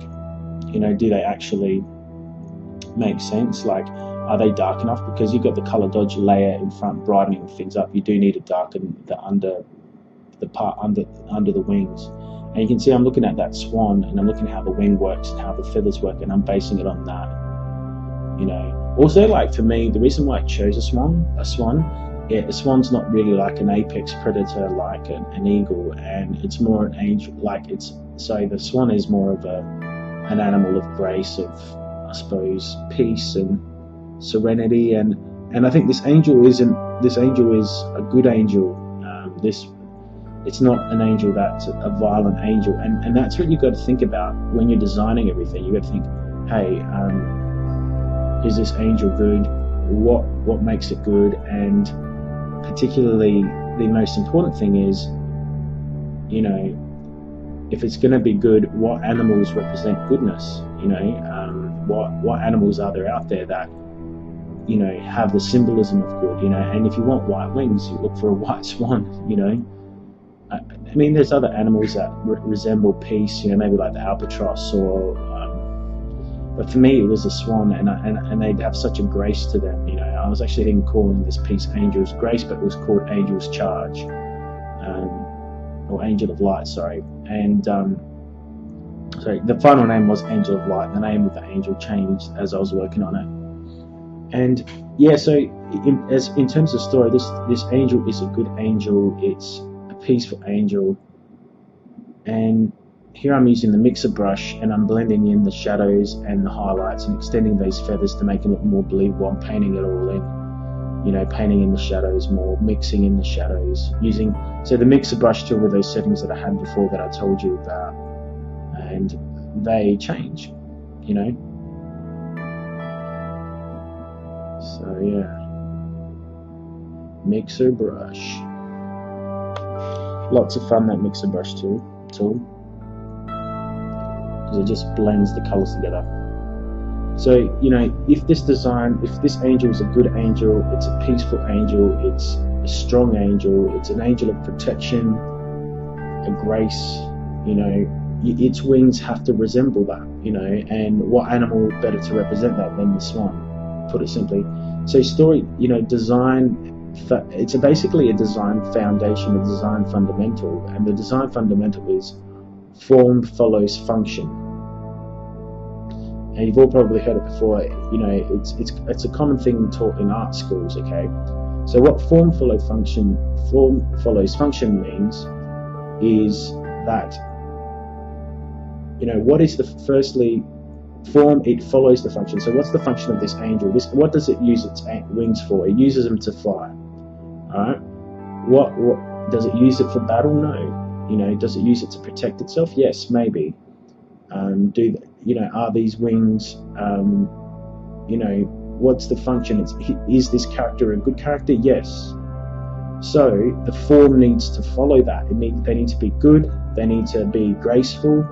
That's the function, is to be graceful, to be peaceful and protective. And I'm thinking of these words, and then so I need to look at the form of similar animals. And swans, that's what they do. They protect their young. They open their wings up for defense, you know, or when they're about to fly off, or when people are, you know, are threatening their young. I've seen the swan do it, you know. And, you know, see, like an eagle, if the angel had eagle wings, maybe a different story. Like if it was maybe an angel, if we design the character maybe to be a bit neutral, you know, or an aggressive angel that attacks, you know, maybe the wings we would use were brown and they'd be eagle wings of some sort, you know. And so that's what I mean by the form following the function. So the form of these wings, the function of these wings are to transport this angel, to protect her, to show that she's got power and grace, and to show she's light, you know, she's from the light, she's from good. So the form, it needs to look like that. It needs to look like it's something that would protect her, that they're protective, they're graceful, they're beautiful, they're peaceful, and, you know, she's a good angel. You know, they need to show that's the function of what the wings are. They're not used for battle, you know. unlike an eagle or any other sort of predator that flies, you know. I mean, like falcons would be different, they're more sharp. And this is what they're used for, flight, taking off in flight.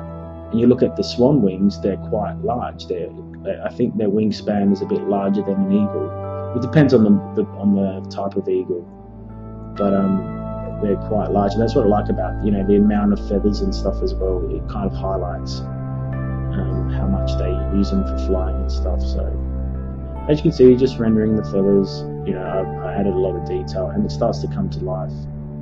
And then I actually have to render the feathers. What I did is I got blurred feathers in the foreground. I'm looking at a feather and I think I dump it in and then I blur and paint that in. So I look at how feathers work. Well, I think I just paint for reference.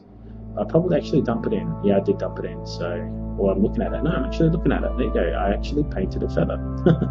I thought I dumped it in. So yeah, I'm just looking at seeing how these feathers work and applying that to the design and painting of my feathers. You know, just seeing how it's got those little fluffy edges and, you know, and mixing and blending all that. And I copied that feather like 5 times and made it different sizes and transformed it a few ways. So that way it looks like, you know, I want to show action. There's these feathers that are flying around her. They're from her big wingspan opening and up and closing, and the action is causing this motion of these feathers around her. You know, I could have done more with it, but I really didn't want to kill the painting. I didn't want to make that the focus. I wanted to make her the focus. So yeah, feathers, mixing the feathers. That's what I'm doing. Going crazy with those feathers. So yeah, and look, those of you that are on my Patreon and at the higher $20 tier and have got this video, again, I want to thank you. You know, we're talking about feathers here, but you really, without those fans, if we don't have the $20 tier, I can't make this commentary video. And it would be nice if you know people that are wanting to learn about art, learn about design foundations, fundamentals, and learn about concept art and illustration. Please pass on my Patreon to them. Please spread the word, so that way, you know, we can get more fans. Because, you know, ultimately it would be great to be able to do this full time, to be able to make DVDs full time and make my comic full time. I do like working for clients. Clients are great, but sometimes when you're a freelancer, you have to kind of take on, when you're a full-time artist and you're relying on work, you have to take on as much work as you can, and there's nothing wrong with that. It's pretty good, but you know, I enjoy it. There are jobs that I enjoy, but you know, and I've got people that work for me that are helping me out, but sometimes you have to understand that it can get overwhelming, you know, and not just overwhelming. It's not stressful or anything like that, because I do enjoy what I do, but it's more the balancing act of trying to, you know, manage 5 or 6 clients. And for me, doing Patreon, and if we can grow it to, you know, the $2,000 mark or more, I can definitely cut back on my client work and I can focus on the comic and growing the Patreon and making it, you know, I suppose an ongoing thing. And also, it's not just that. I want to give back to the community. I want to be able to pass on what I know to people, you know, what I'm learning, pass on to people, because even when I was starting out, and there was a lot of good videos on how to paint, but there wasn't like specific things like for fantasy illustration. Well, there was, but there was never anything like, you know, I never found anything on like how to paint dragons or angels or you know, anything to do with children's illustration. And I think that's what I want to do with this, is because, you know, the future generations or people that want to learn, they can learn. You know, I know it's my way and it might be a bit different to other people, but at least they're gonna, you know, if they want to learn how to paint an angel that month, or they want to learn to paint something from Alice in Wonderland, they have that there.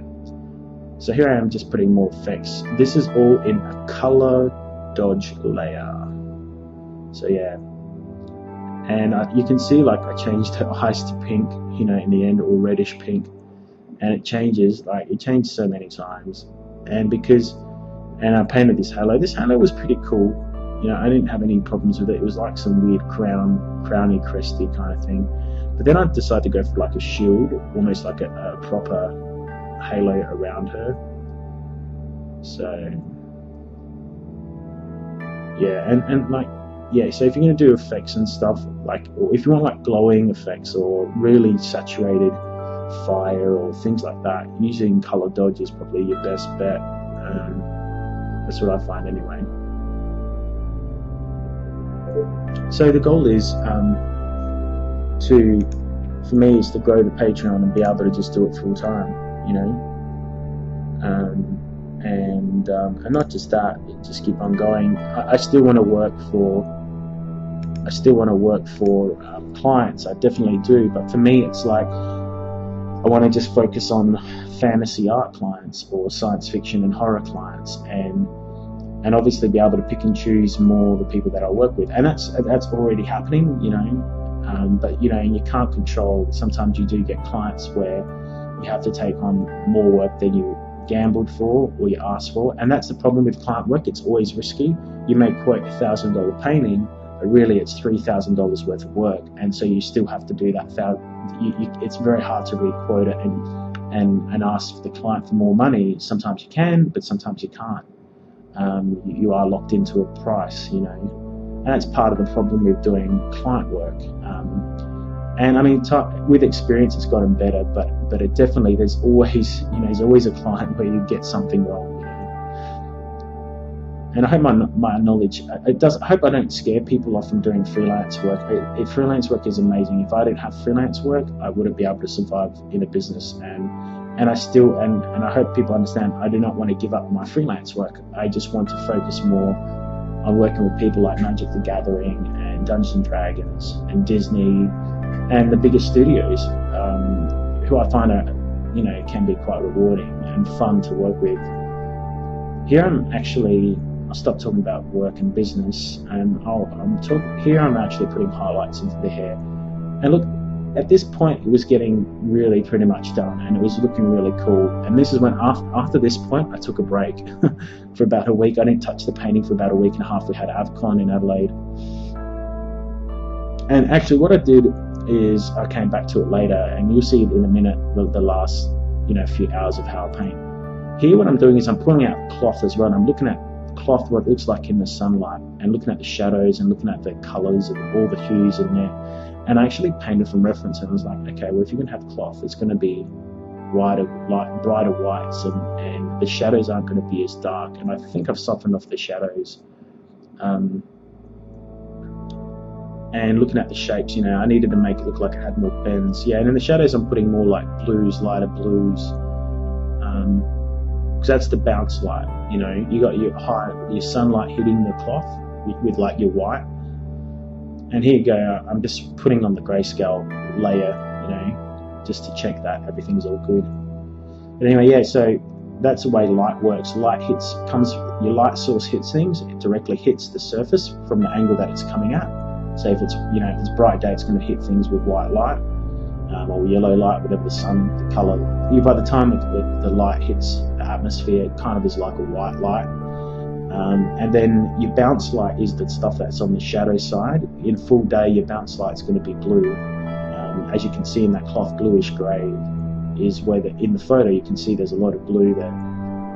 And so that's how lighting works. You need to consider, there's like three things you've got to think about. There's the directional light, the source light. There's directional light. There's cast shadows. There's the normal shadows. There's cast shadows, and then there's bounce light. And all that stuff affects each other. And I'm not going over the fundamental. I'm not going to I will probably eventually go over fundamentals, but there are a lot of other artists that are doing that as well. But I'm brushing over the fundamentals because I want people to. I'm just going to talk about them so that people can research them, and it's kind of like your homework assignment. So what I would do is study lighting. Like I said, there's directional. You got your directional light, you got your source light, you got cast shadows, you got your standard shadows, and you got your bounce light.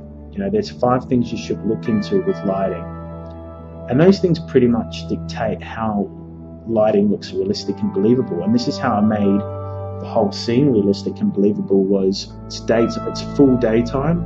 You can even see on that castle, the fantasy castle that I painted. You've got your whites hitting the castle, and then on the shadow side it's greyish blue. It's not black. Because it would only be black if it was nighttime, or it was in the morning, or sunset, or sunrise. And the reason why is because light would hit the ground or hit another surface and bounce back up. It would even hit the clouds, reflect off the clouds and hit the castle. It won't be as bright, the light. It won't be like a sunlight wire, but the bounce light on the side of that castle is going to be, it's not going to be, it's going to bounce back some blue into the shadow side. So it won't be a dark shadow. It'll be a bounce light shadow, that's lighter. So yeah, so it won't be like, dark. And I'm just putting another feather in here just to kind of give it some, give it give it movement, and I blur the feathers later. So you see these feathers are blurred because they're moving really fast because her wings have flapped open and she's charging and her air is flying in the air. And this piece, the whole idea of this piece was to create movement. I wanted movement in this art, and it's very hard to capture that. I mean, it's something that I've struggled with for years. How do you capture in a painting someone running? Like people that paint the flash, kudos to them, because it's so hard to capture that motion and stuff. Or people that paint anything moving, when you're learning art, it's good to paint different things for different purposes. Like a lot of people get stuck on painting one thing. I'm only going to paint, a dragon, or I'm only going to paint this. But I find like even now, like I do still take on client work, because the thing with clients is, it's unexpected, and sometimes you got to put in more work than you quoted for. But like I've had a client where it's a great storybook project. I can't say what it's about, but it's really challenging because we've got to get the story right. So I'm learning about storytelling for a children's story, and it actually, as an artist career, for my career, it's beneficial to challenge myself. And this is why I say I'll never give up on client work, because I want to be constantly challenged. And so going back to movement, that's a whole nother lesson, but I think I've covered, I've talked about it. And I think talking about this, you seeing the video, how I'm painting this, these are things that you can start to think about in your paintings and your work. There are so many times where, I've forgotten about these things in a painting, and I've submitted it to wherever, a client or two, and they've been happy, or, the painting's won an award, but it could have been so much better. If I consider things like movement or atmosphere, or how to add texture to work. And as you can see here, I'm actually painting the castle again. I'm adding another wall. I'm making it look like, I suppose, a more complex structure, and I'm making it look more painterly. I'm rubbing over things, painting back over things, because I want to give it more of a fantasy element. And you could spend hours making it look even totally different, adding extra structures, and I do spend a bit of time on doing that with this, and it was definitely worthwhile.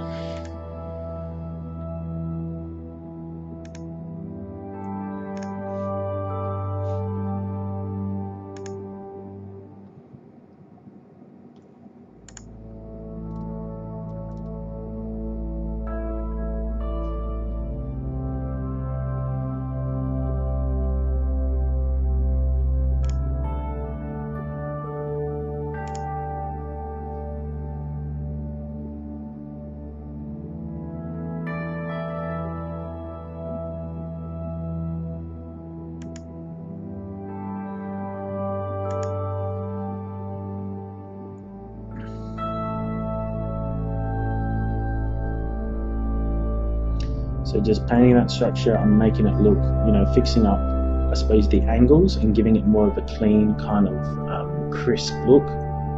Because the idea of this painting is to make everything, well, not like make everything completely crisp and, and angular, but the whole goal of it was to make it, I don't know, I think just make this painting perfect, I suppose. Here I'm doing a levels adjustment to the painting and a color balance to the whole scene, to the whole painting. And at this point I was like done with it. that was, this is where I was like totally done with it. I was like, yeah, I'm over this. And then I took a rest for a week and I came back and I improved it.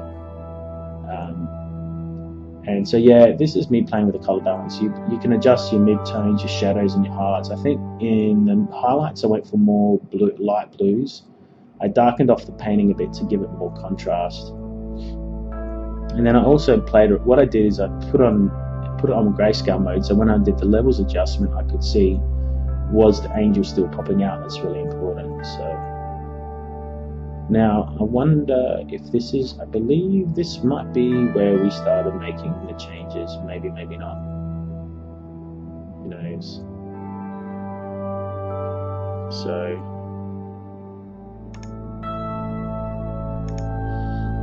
yeah.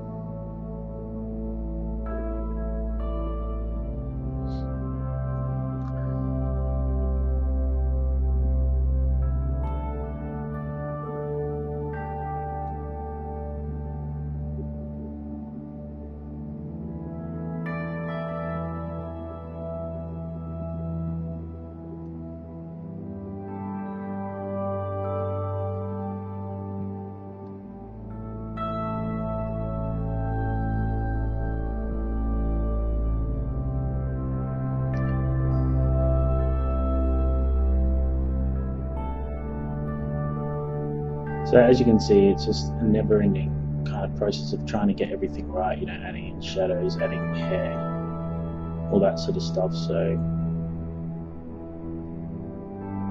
and basically at this point, there's not much to say apart from rendering details. All I was doing was rendering all the details. You can see I've added the jewel, I've painted in the jewel. And people go like, oh, how do you make that look so realistic? Well, you just basically look at it, paint in the shape, paint in the form, and get it right, and practice. You just got to paint. I think for me, this was kind of like doing a big study, but a lot of people don't understand that it is like studying. You got to study your subject matter before you paint it, And I have done a lot of studies on characters before, so it's not cool. So here's me painting the jewels, and it's about just getting it right, close to where you want it. It doesn't have to be a perfect necklace. I don't have to copy the reference completely perfect, but it's just a guide of what the color the jewels are. I could have, instead of making those round pearls, those orangey pearls, I could have made them like tear-shaped pearls or something. So, but that's what I wanted the shape. I didn't want them to distract from the actual design of everything. So, and as you can see, I changed the foot. Instead of the foot being looking like it's hitting the ground, I made the foot point down, so that way it looks like she's actually flying and gliding. And here I'm just cleaning up the edge, how the ball of the foot would work, how the calf would work, and also the heel, particularly the heel. And it's really important because I didn't notice that for ages. I was like, I just copied the reference and like, no, I have to rotate that leg so it looks like she's actually flying. And I just added in more details. It's just this hit, to make it look more believable. I just looked at the reference and just kind of copied it to where I wanted to.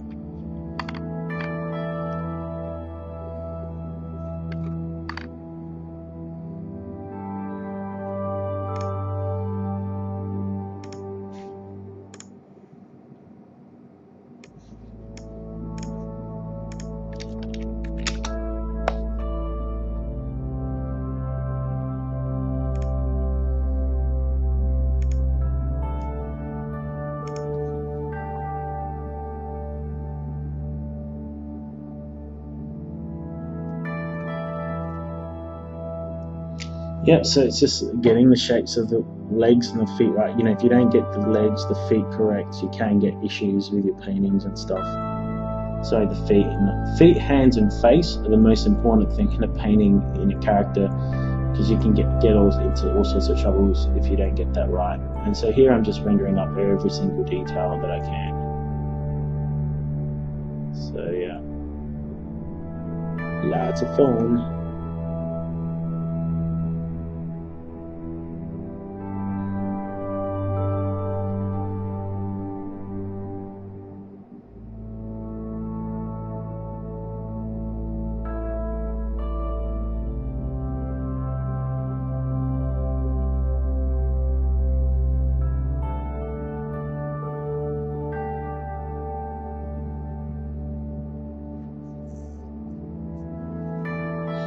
And it's just, and sometimes, like, to make the character really pop out, you really need to put, like, it's all about edge control as well, you know, cleaning up those edges. You know, sometimes if you want, like, the character has to pop out, so right around the outer edge of the character, you want very hard, crisp edges. You want the clouds to be soft, so that way the soft and the hard edges contrast, you know. Same, you know, and that's, but then on the inside of a body and a cloth, you want there to be soft edges, you know, around the picture. So it's really important to kind of remember that, you know, you don't have to make everything crisp and sharp, but you definitely, you know, where you want the character to be seen, where you want there to be focus, you want to do that. Here I'm looking at shoes and feet, and I think I was playing with the idea of giving her some sort of, you know, Roman style sandals or Greek style sandals, but I just wasn't feeling it. I think it wasn't that I didn't want to do the work, I just thought, you know, she doesn't need shoes, she's an angel. You know, she just doesn't need it, you know. So, but I was just sitting there playing with the idea, like, it would be cool. But I decided not to. Don't ask me why. And this is just how it works sometimes when painting stuff. You know, you think things are going to work, and they don't, and then but they do.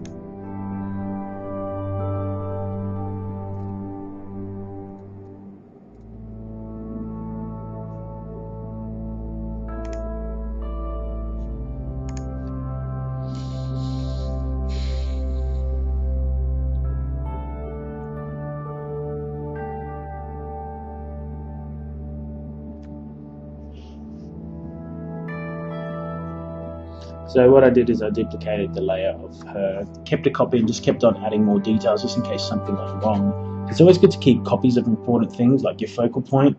In this case, it's the angel, and so, you know, always keep a copy.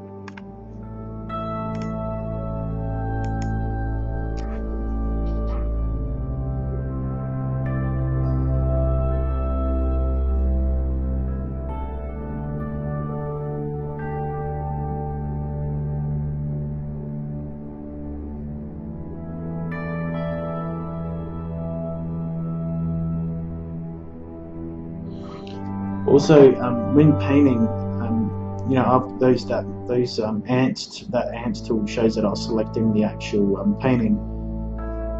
You know, if you want to, like, let's say I'm like, in this case I was rendering up things, I didn't want to paint outside of the actual angel. I would actually select that and then blend everything so that I didn't ruin everything.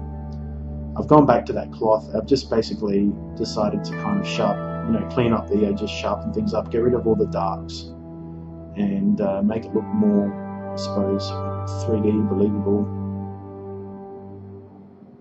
Give it some dimension to the cloth.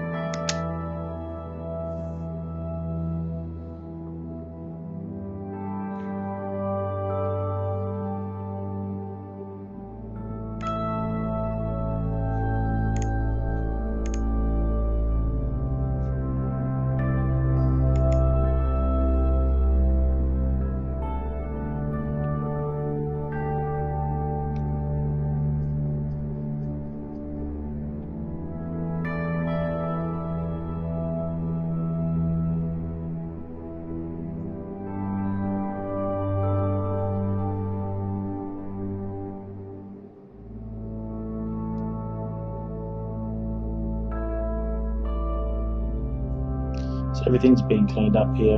You know, I'm just fixing up the castle, you know, making the walls bigger, still fixing things up. You know, it's really important to do that.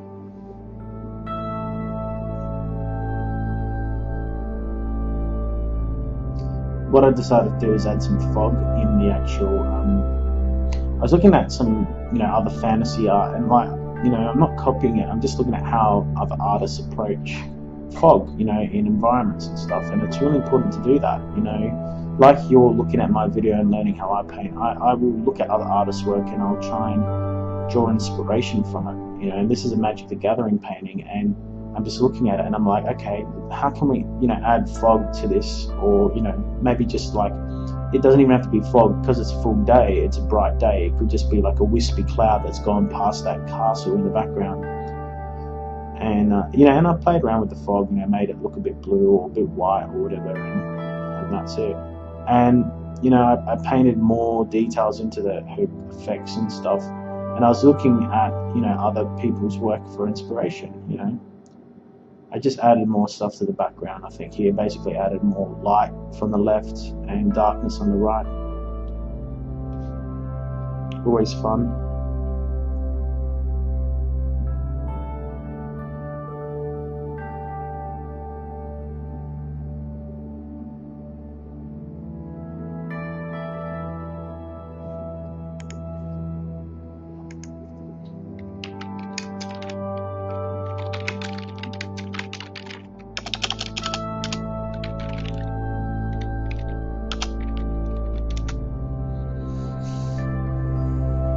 And I was actually looking at the hair of that angel and trying to compare and, you know, use that kind of technique to paint the hair. But what I found was it became too stranded, so I had to kind of change the hair. You know, it had too many strands in it, and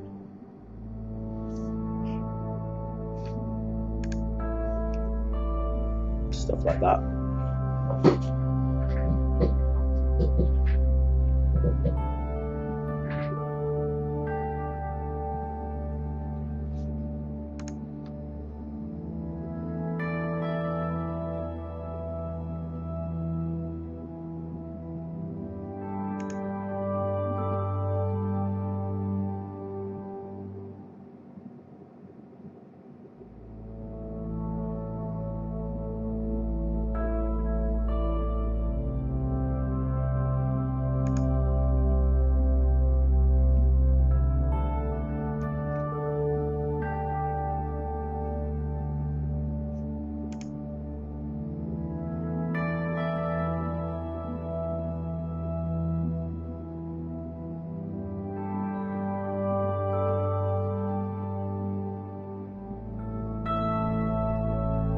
So, hair took me ages to kind of do all these details, but later I changed the hair again because I found that you needed bigger shapes near a head, and it just kind of needed to back off all those strands. That's no problem, Dan.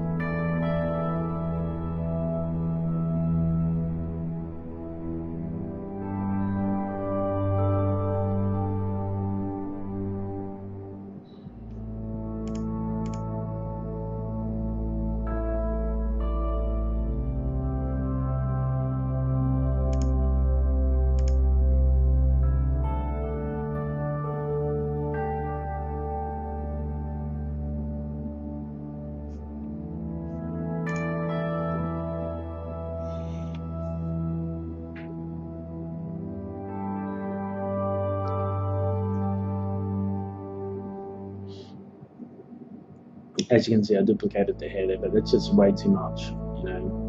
It started to get like very compartmentalized, and that's not what you want with hair. Basically, the end approach of the way I did the hair was really, I suppose, the best thing I did.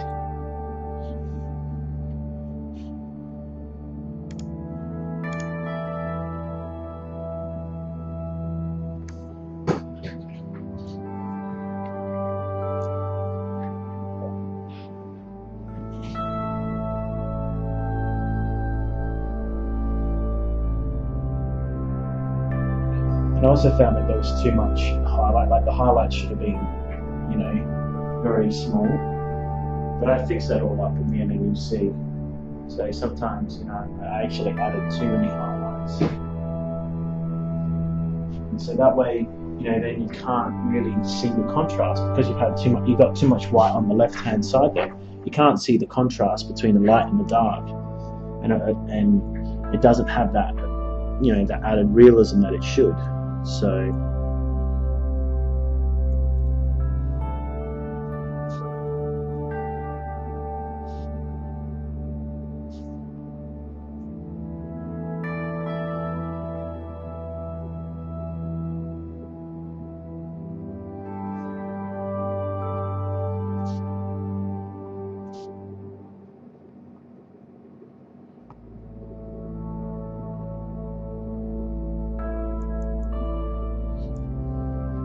I believe I upload all the different versions to Patreon as well, so you can actually, on the blog, you can have a look and change it, see how it's been changed. Now this is where I make all the final adjustments. This is when I came back after the week of going away, and I came back with a fresh pair of eyes, and I said to myself, I believe this is where I kind of said to myself, all right, I'm going to add fiery effects or something like that. I ended up still going with yellow on her eyes, and then I ended up doing, I was going to start off with fire. I did yellow on the eyes, but then I still said, I'm going to use a blue aura, but I'm going to make the blue aura different. It's really important to do that,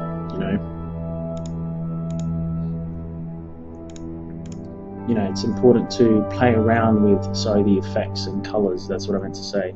So a lot of people, they kind of settle for the first thing, and I think that's what makes the art kind of suffer. So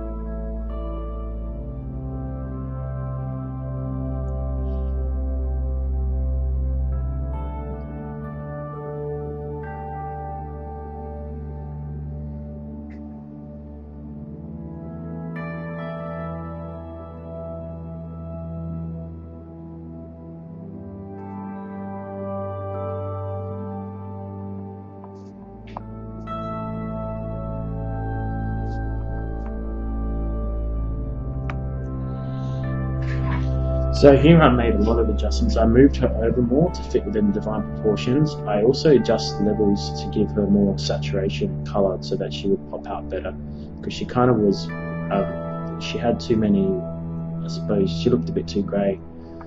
I also, cleaned up everything even more. I painted the feathers more. I added more details all over the place.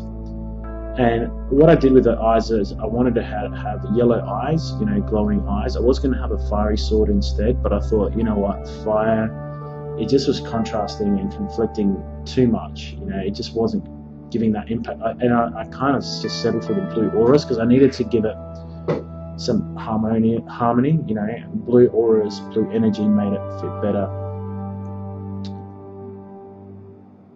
I also, later on, like you can see on the side there, I made the side darker so that she pops more. Because you see how I switch it on and off? I actually use a soft light layer and I graded in some blackness and stuff. And I had clouds leading up to her. I made sure all these clouds really focused in on her.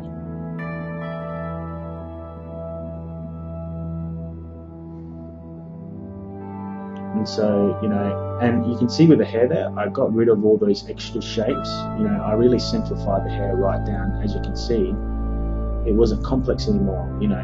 You wouldn't have that many strands going everywhere. You would, but you wouldn't have so many as I had before. And also, it was very overcomplicated, the hair. And this is me still playing with a fiery sword. And the reason why the fiery sword wasn't working was because she already is very warm. The sword is already very warm. The angel wings are very warm. We needed to cool it off. We needed to have blue effects.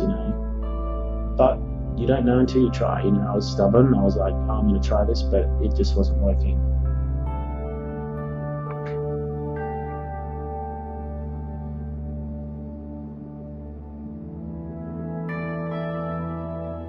And I pulled back the old effects, and that's when I realized I had to go.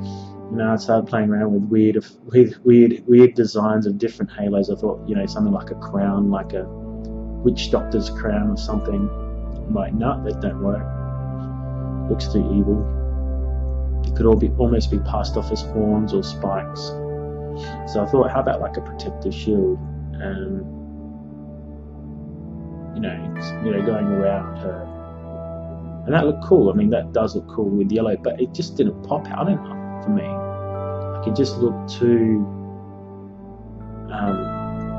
it just didn't balance the image properly. It looked off to me. It really did.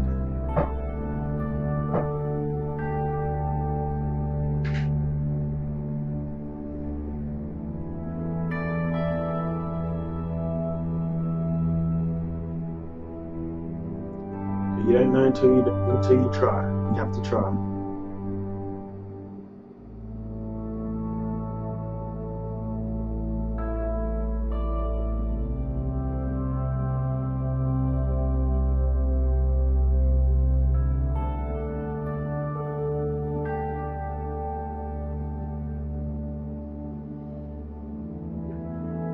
And I was doing all those effects in the color dodge layer again. It wasn't in any sort of fancy layer apart from color dodge.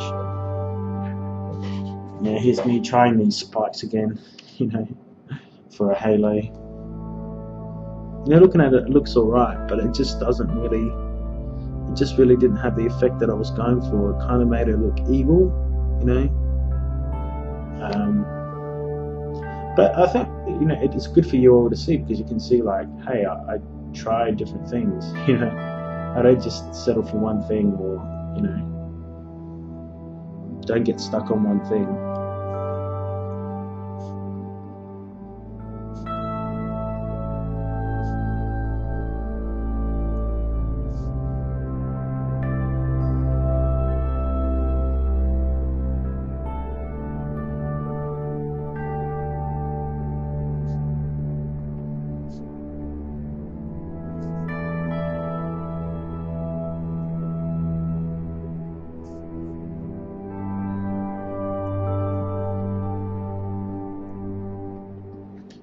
Yeah, it didn't work out. Really didn't.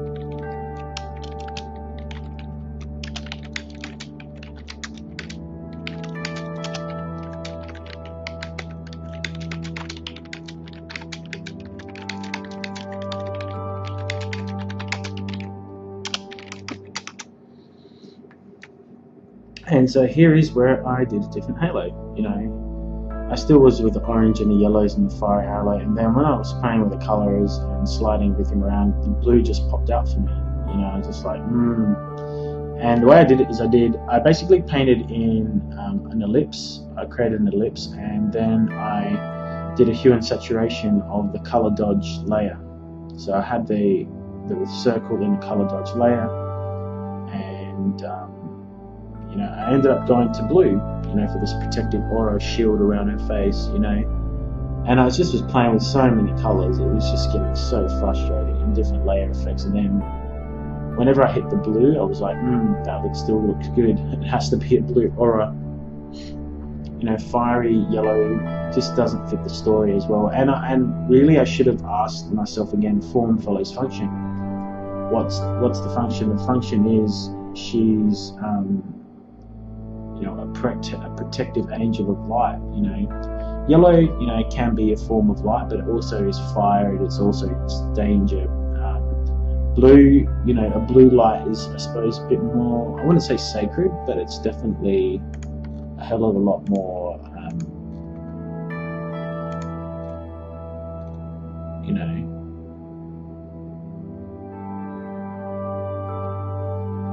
I don't know, just a hell of a lot more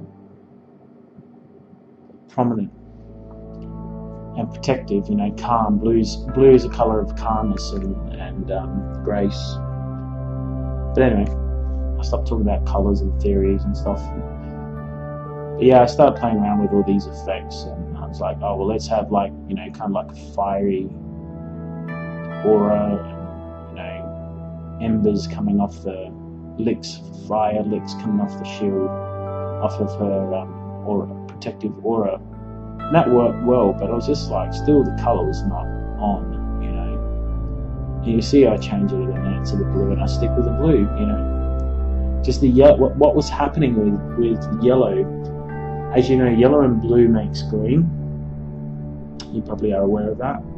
And I tried with red, but what was happening is getting, because we got the yellow aura on top of the blue sky, it was creating a very muddy green effect, and I didn't want that. You know, I didn't want muddiness in that painting at all. You know, it would not. Even when I went to white, there was still this green to it, and I didn't want green. I wouldn't say green's an evil color, but green is, you know, like color of deception or envy. It is. Green can be nature. You know, is nature and all that, but it has got negative connotations. I wouldn't say negative connotations. I would say it has villainous connotations, you know. And so that's why I wanted to stay away from the warm colour, because the yellow with the blue was creating this green kind of effect. And here's me, you know, I flicked back to the old painting, and the new painting, you can see it's way better because I fixed up the hair and everything. And what it was I had to remove, I had too many strands in the hair. It was getting overcomplicated with hair.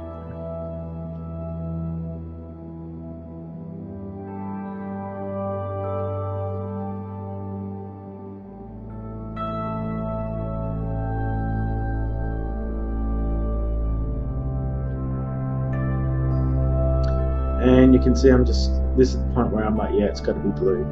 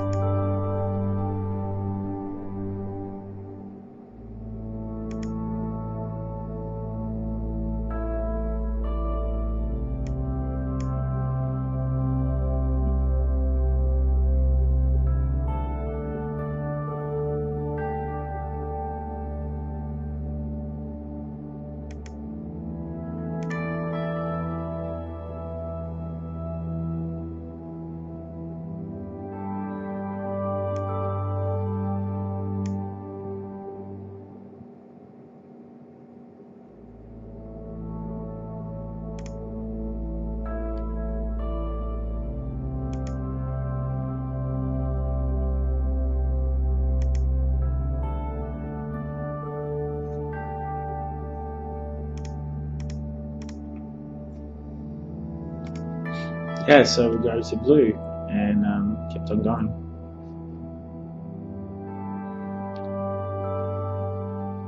I suppose, there's not really much to talk about. Everything was really rendered up here. I mean, I added more details and shadows, and I cleaned up a lot of the illustration here.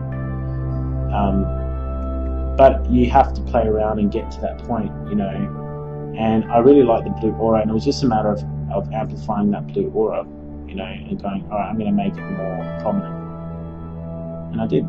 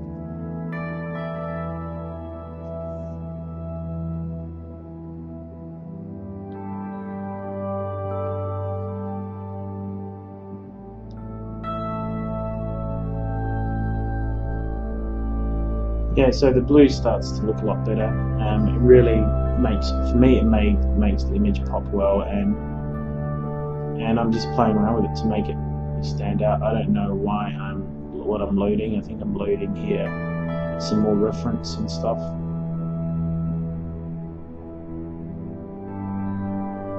Seems like we're on loop here.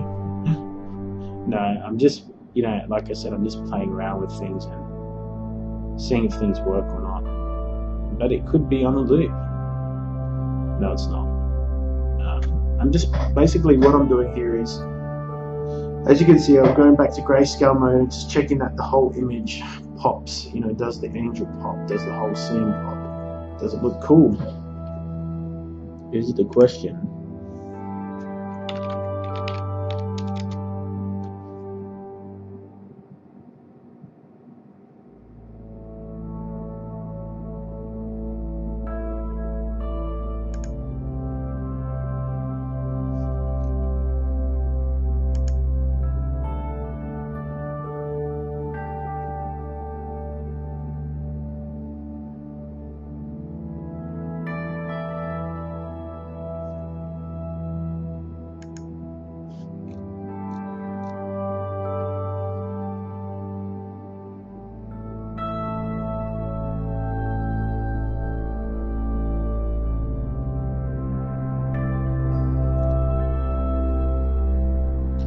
And at the end, I'm just playing around with the colors and the effects, and I kind of went for, I suppose, like more warmer tones, not overly warm, but just warm enough.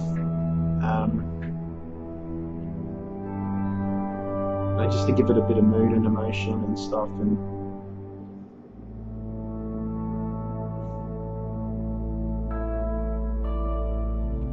I think that's just the direction that it went in, and it just looked better. I applied a color balance to the whole image, and I was just basically I kept on comparing the old to the new, and the new looks way better than the old version. It's all cleaned up, it's fixed up, and it's safe to say it's probably one of my first major portfolio pieces that I'm really happy with. I'm happy with. I don't know if you guys are fans like it, guys and girls like it, but I did the best I could do. But I played around with the levels of the whole image, the background image, to make the whole thing pop out. I basically had to darken off the background so that she can pop out more, and that's how she pops out more. And I did a bit of a color balance on her. Color balance on her was, more towards your yellows and reds, in the more warmer, gave her warmer tones, because like when she's flying near the sun or she's flying in the sky, there's going to be sun hitting her. That's warm colors, And then here I'll just keep on fixing up the hair. You know, like the hair was just had too many strands and too many big shapes and small shapes, and it just had to be all blended and tidied up. And I really had to fix up the eyes as well. The eye, if you have a look, there's a picture on the right, and I got a friend of mine to kind of just, I suppose, do a paint over and show me what I was doing wrong with the eyes. So I actually had to fix up the eyes so that they were more symmetrical, because one eye was higher than the other eye, and so I had to make it so that the final image, both eyes looked balanced. You know, one was dropped a bit more versus the other. You know, and I think I did the best I could do with that. You know, I showed it to some other artists that I know, and they were like, "Yeah, you need to fix up that eye." And I also had to fix up the eyebrow and bring that down. So it happened.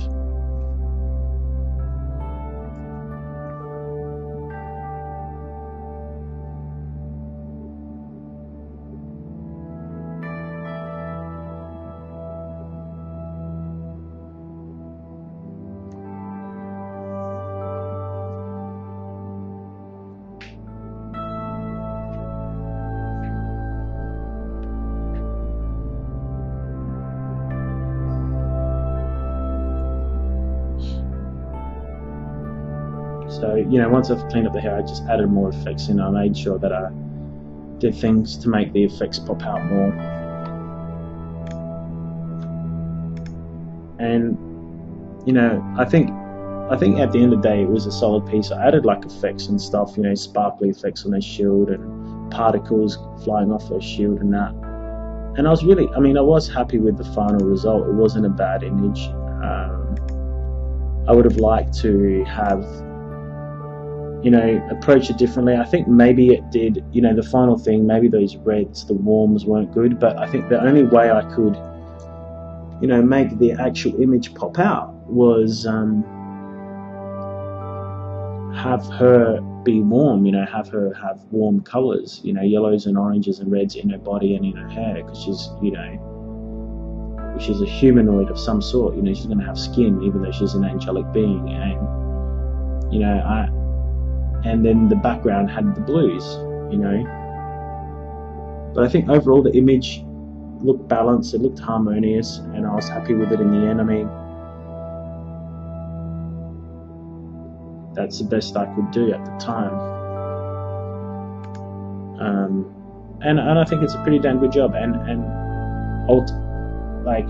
ultimately at the end, this is probably the first piece of a whole series of work that's going to be, you know, it's going to be getting better and better. So the next 3 or 4 paintings I make over the next 3 or 4 months, up until, say, I don't know, mid-October, you know, we're in July now, so August, September, October, you know, next 3 months, the work is going to, you know, at least 3 more paintings will be dramatically strong, you know, be stronger and better.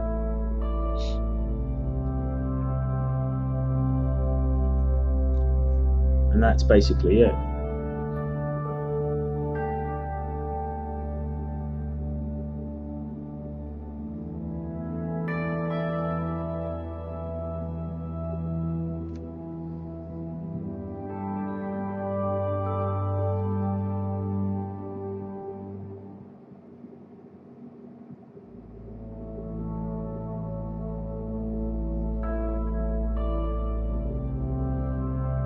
So yeah, just adding here last minute details, you know, highlights, extra, you know, it's all done in color dodge layers. If you get the actual PSD, you'll be able to see in the PSD that there's a whole bunch of layers, and it shows how I broke down all the effects and how I did all the effects. So it's really important to kind of realize that that's, you know, you kind of have to build up layers of effects, you know, because I wanted to create this ring, halo ring around her, and have, you know, ghostly kind of magic flying off her aura. And in order to do that, I had to actually have about 3 or 4 layers of color dodge. Lots of fun.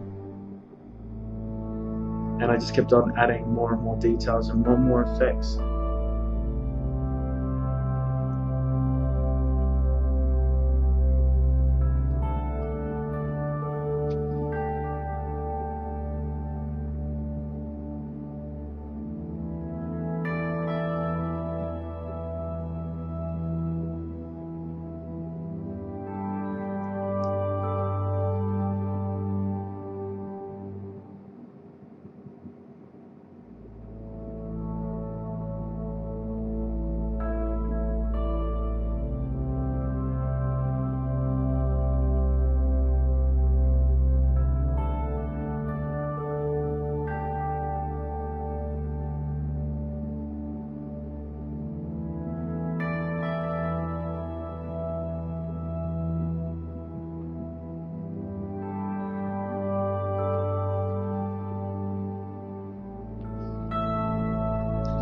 Here I'm just basically tidying up everything, finishing it all off, and I think I'm pretty happy at this point. It's just a matter of tidying up those visual effects, and then I fix up the face, and it's all done.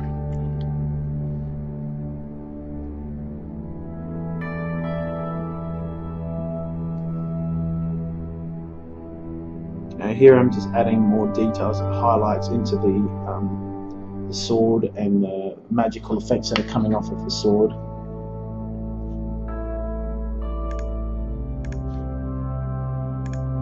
So it's looking cool.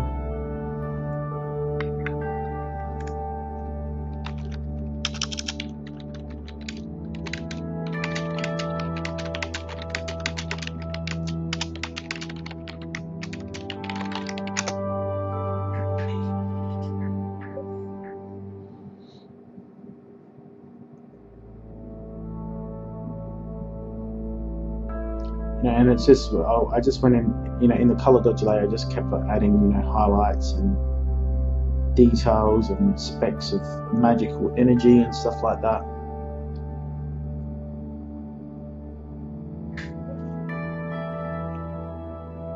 And that was the fun part, This was really the fun part. Everything was finished, I think I did the best I could.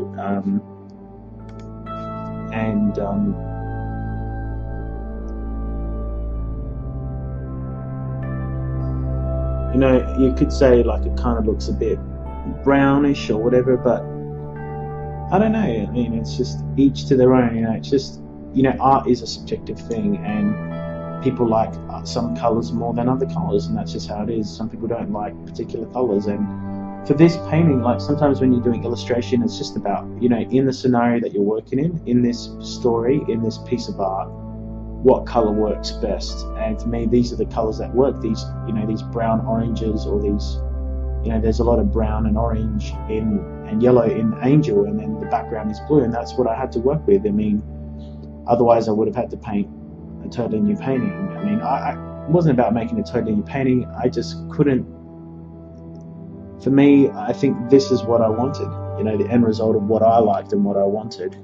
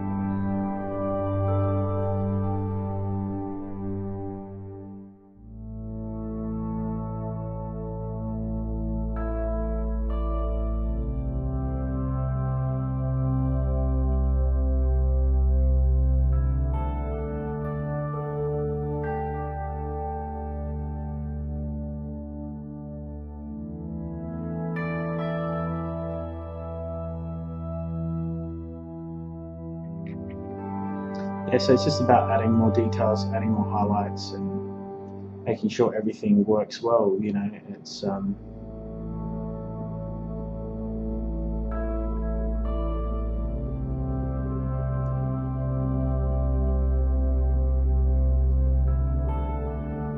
I went back into the clouds, and like, you know, for me, I really wasn't happy with the clouds. I really wanted the clouds to look like that photo. I was just like, I found that photo and I was like, wow, I love these clouds. And I think because I started out as an environment artist in the games and the film industry, I kind of always bring that back into my characters, you know, and that's maybe why I suppose I add a lot of details from my work.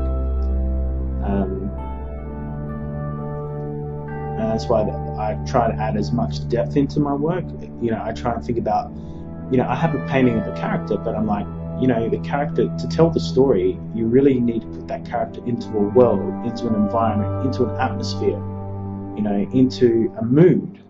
You know, and the mood of this painting is it's bright, it's angel of light, you know, and light, you know, light is warmth, it's positive, you know, it's cool colors. You know, when I think of light, I think of being happy, cool, calm, collected, and they're the colors that I wanted to put into this piece. Yeah. So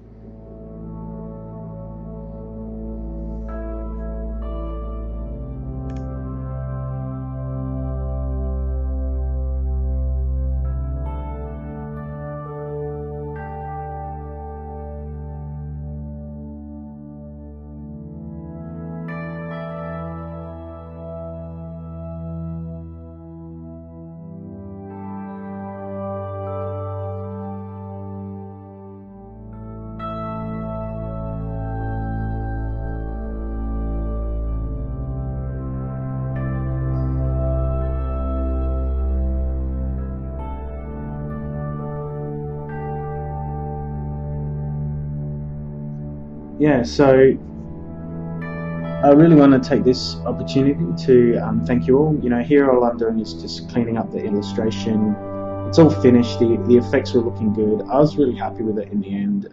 It was a big journey making this piece. It changed a lot, and it looked pretty cool. I mean, it wasn't, you know, it's, I think for me, it's probably the strongest piece I've done in terms of characters for a long time, you know, as a fantasy art piece. For me, it's the start of the journey on making, you know, 5 or 6 pieces like this, and of this quality with different subject matter. And so, you know, if I can get to that $500 point, I'm sorry if I'm asking for more money, if I can get there every month, what that does is it allows me to create a whole list of fantasy topics that you can all vote for, and that way I know what is popular, I know what it is that you all want me to paint, and then I can paint those fantasy topics every month and add it to my portfolio and send it into Magic the Gathering or Applebot or Blizzard, you know, those big companies. And honestly, you know, that's the goal. You know, this is the first, you know, major fantasy painting that I'm doing. I'm going to do more. Obviously, there's going to be more of the comic that comes out, and just want to thank you all again. Thank you so much for all the support, all the help. Spread the word, and I hope my resources help you. If you want me to cover any topics in the tutorial DVDs, if you've watched this DVD and there's something you want me to cover, like talk about, you know, I'm happy to talk about things about the industry, or you know, the business aspects or the art aspects, the way I think, you know, on my designs. I can add that into my talk. So again, thank you. This was the final piece, and yeah, it really helped. I hope you all liked it. And yeah, so again, any recommendations, please let me know. Anything you want me to talk about in future videos. If you have questions on, you know, the tools I use, the brushes I use, how I shoot photo reference, anything, you're welcome to send me private messages on Patreon. You're also welcome to maybe leave comments, on Patreon. I want to interact with everyone. I will respond, and I'll do my best to get to you all, the day or the next day. And other than that, thank you again, and I suppose I'll speak with you, or you'll hear my voice on the next video. Thank you so much.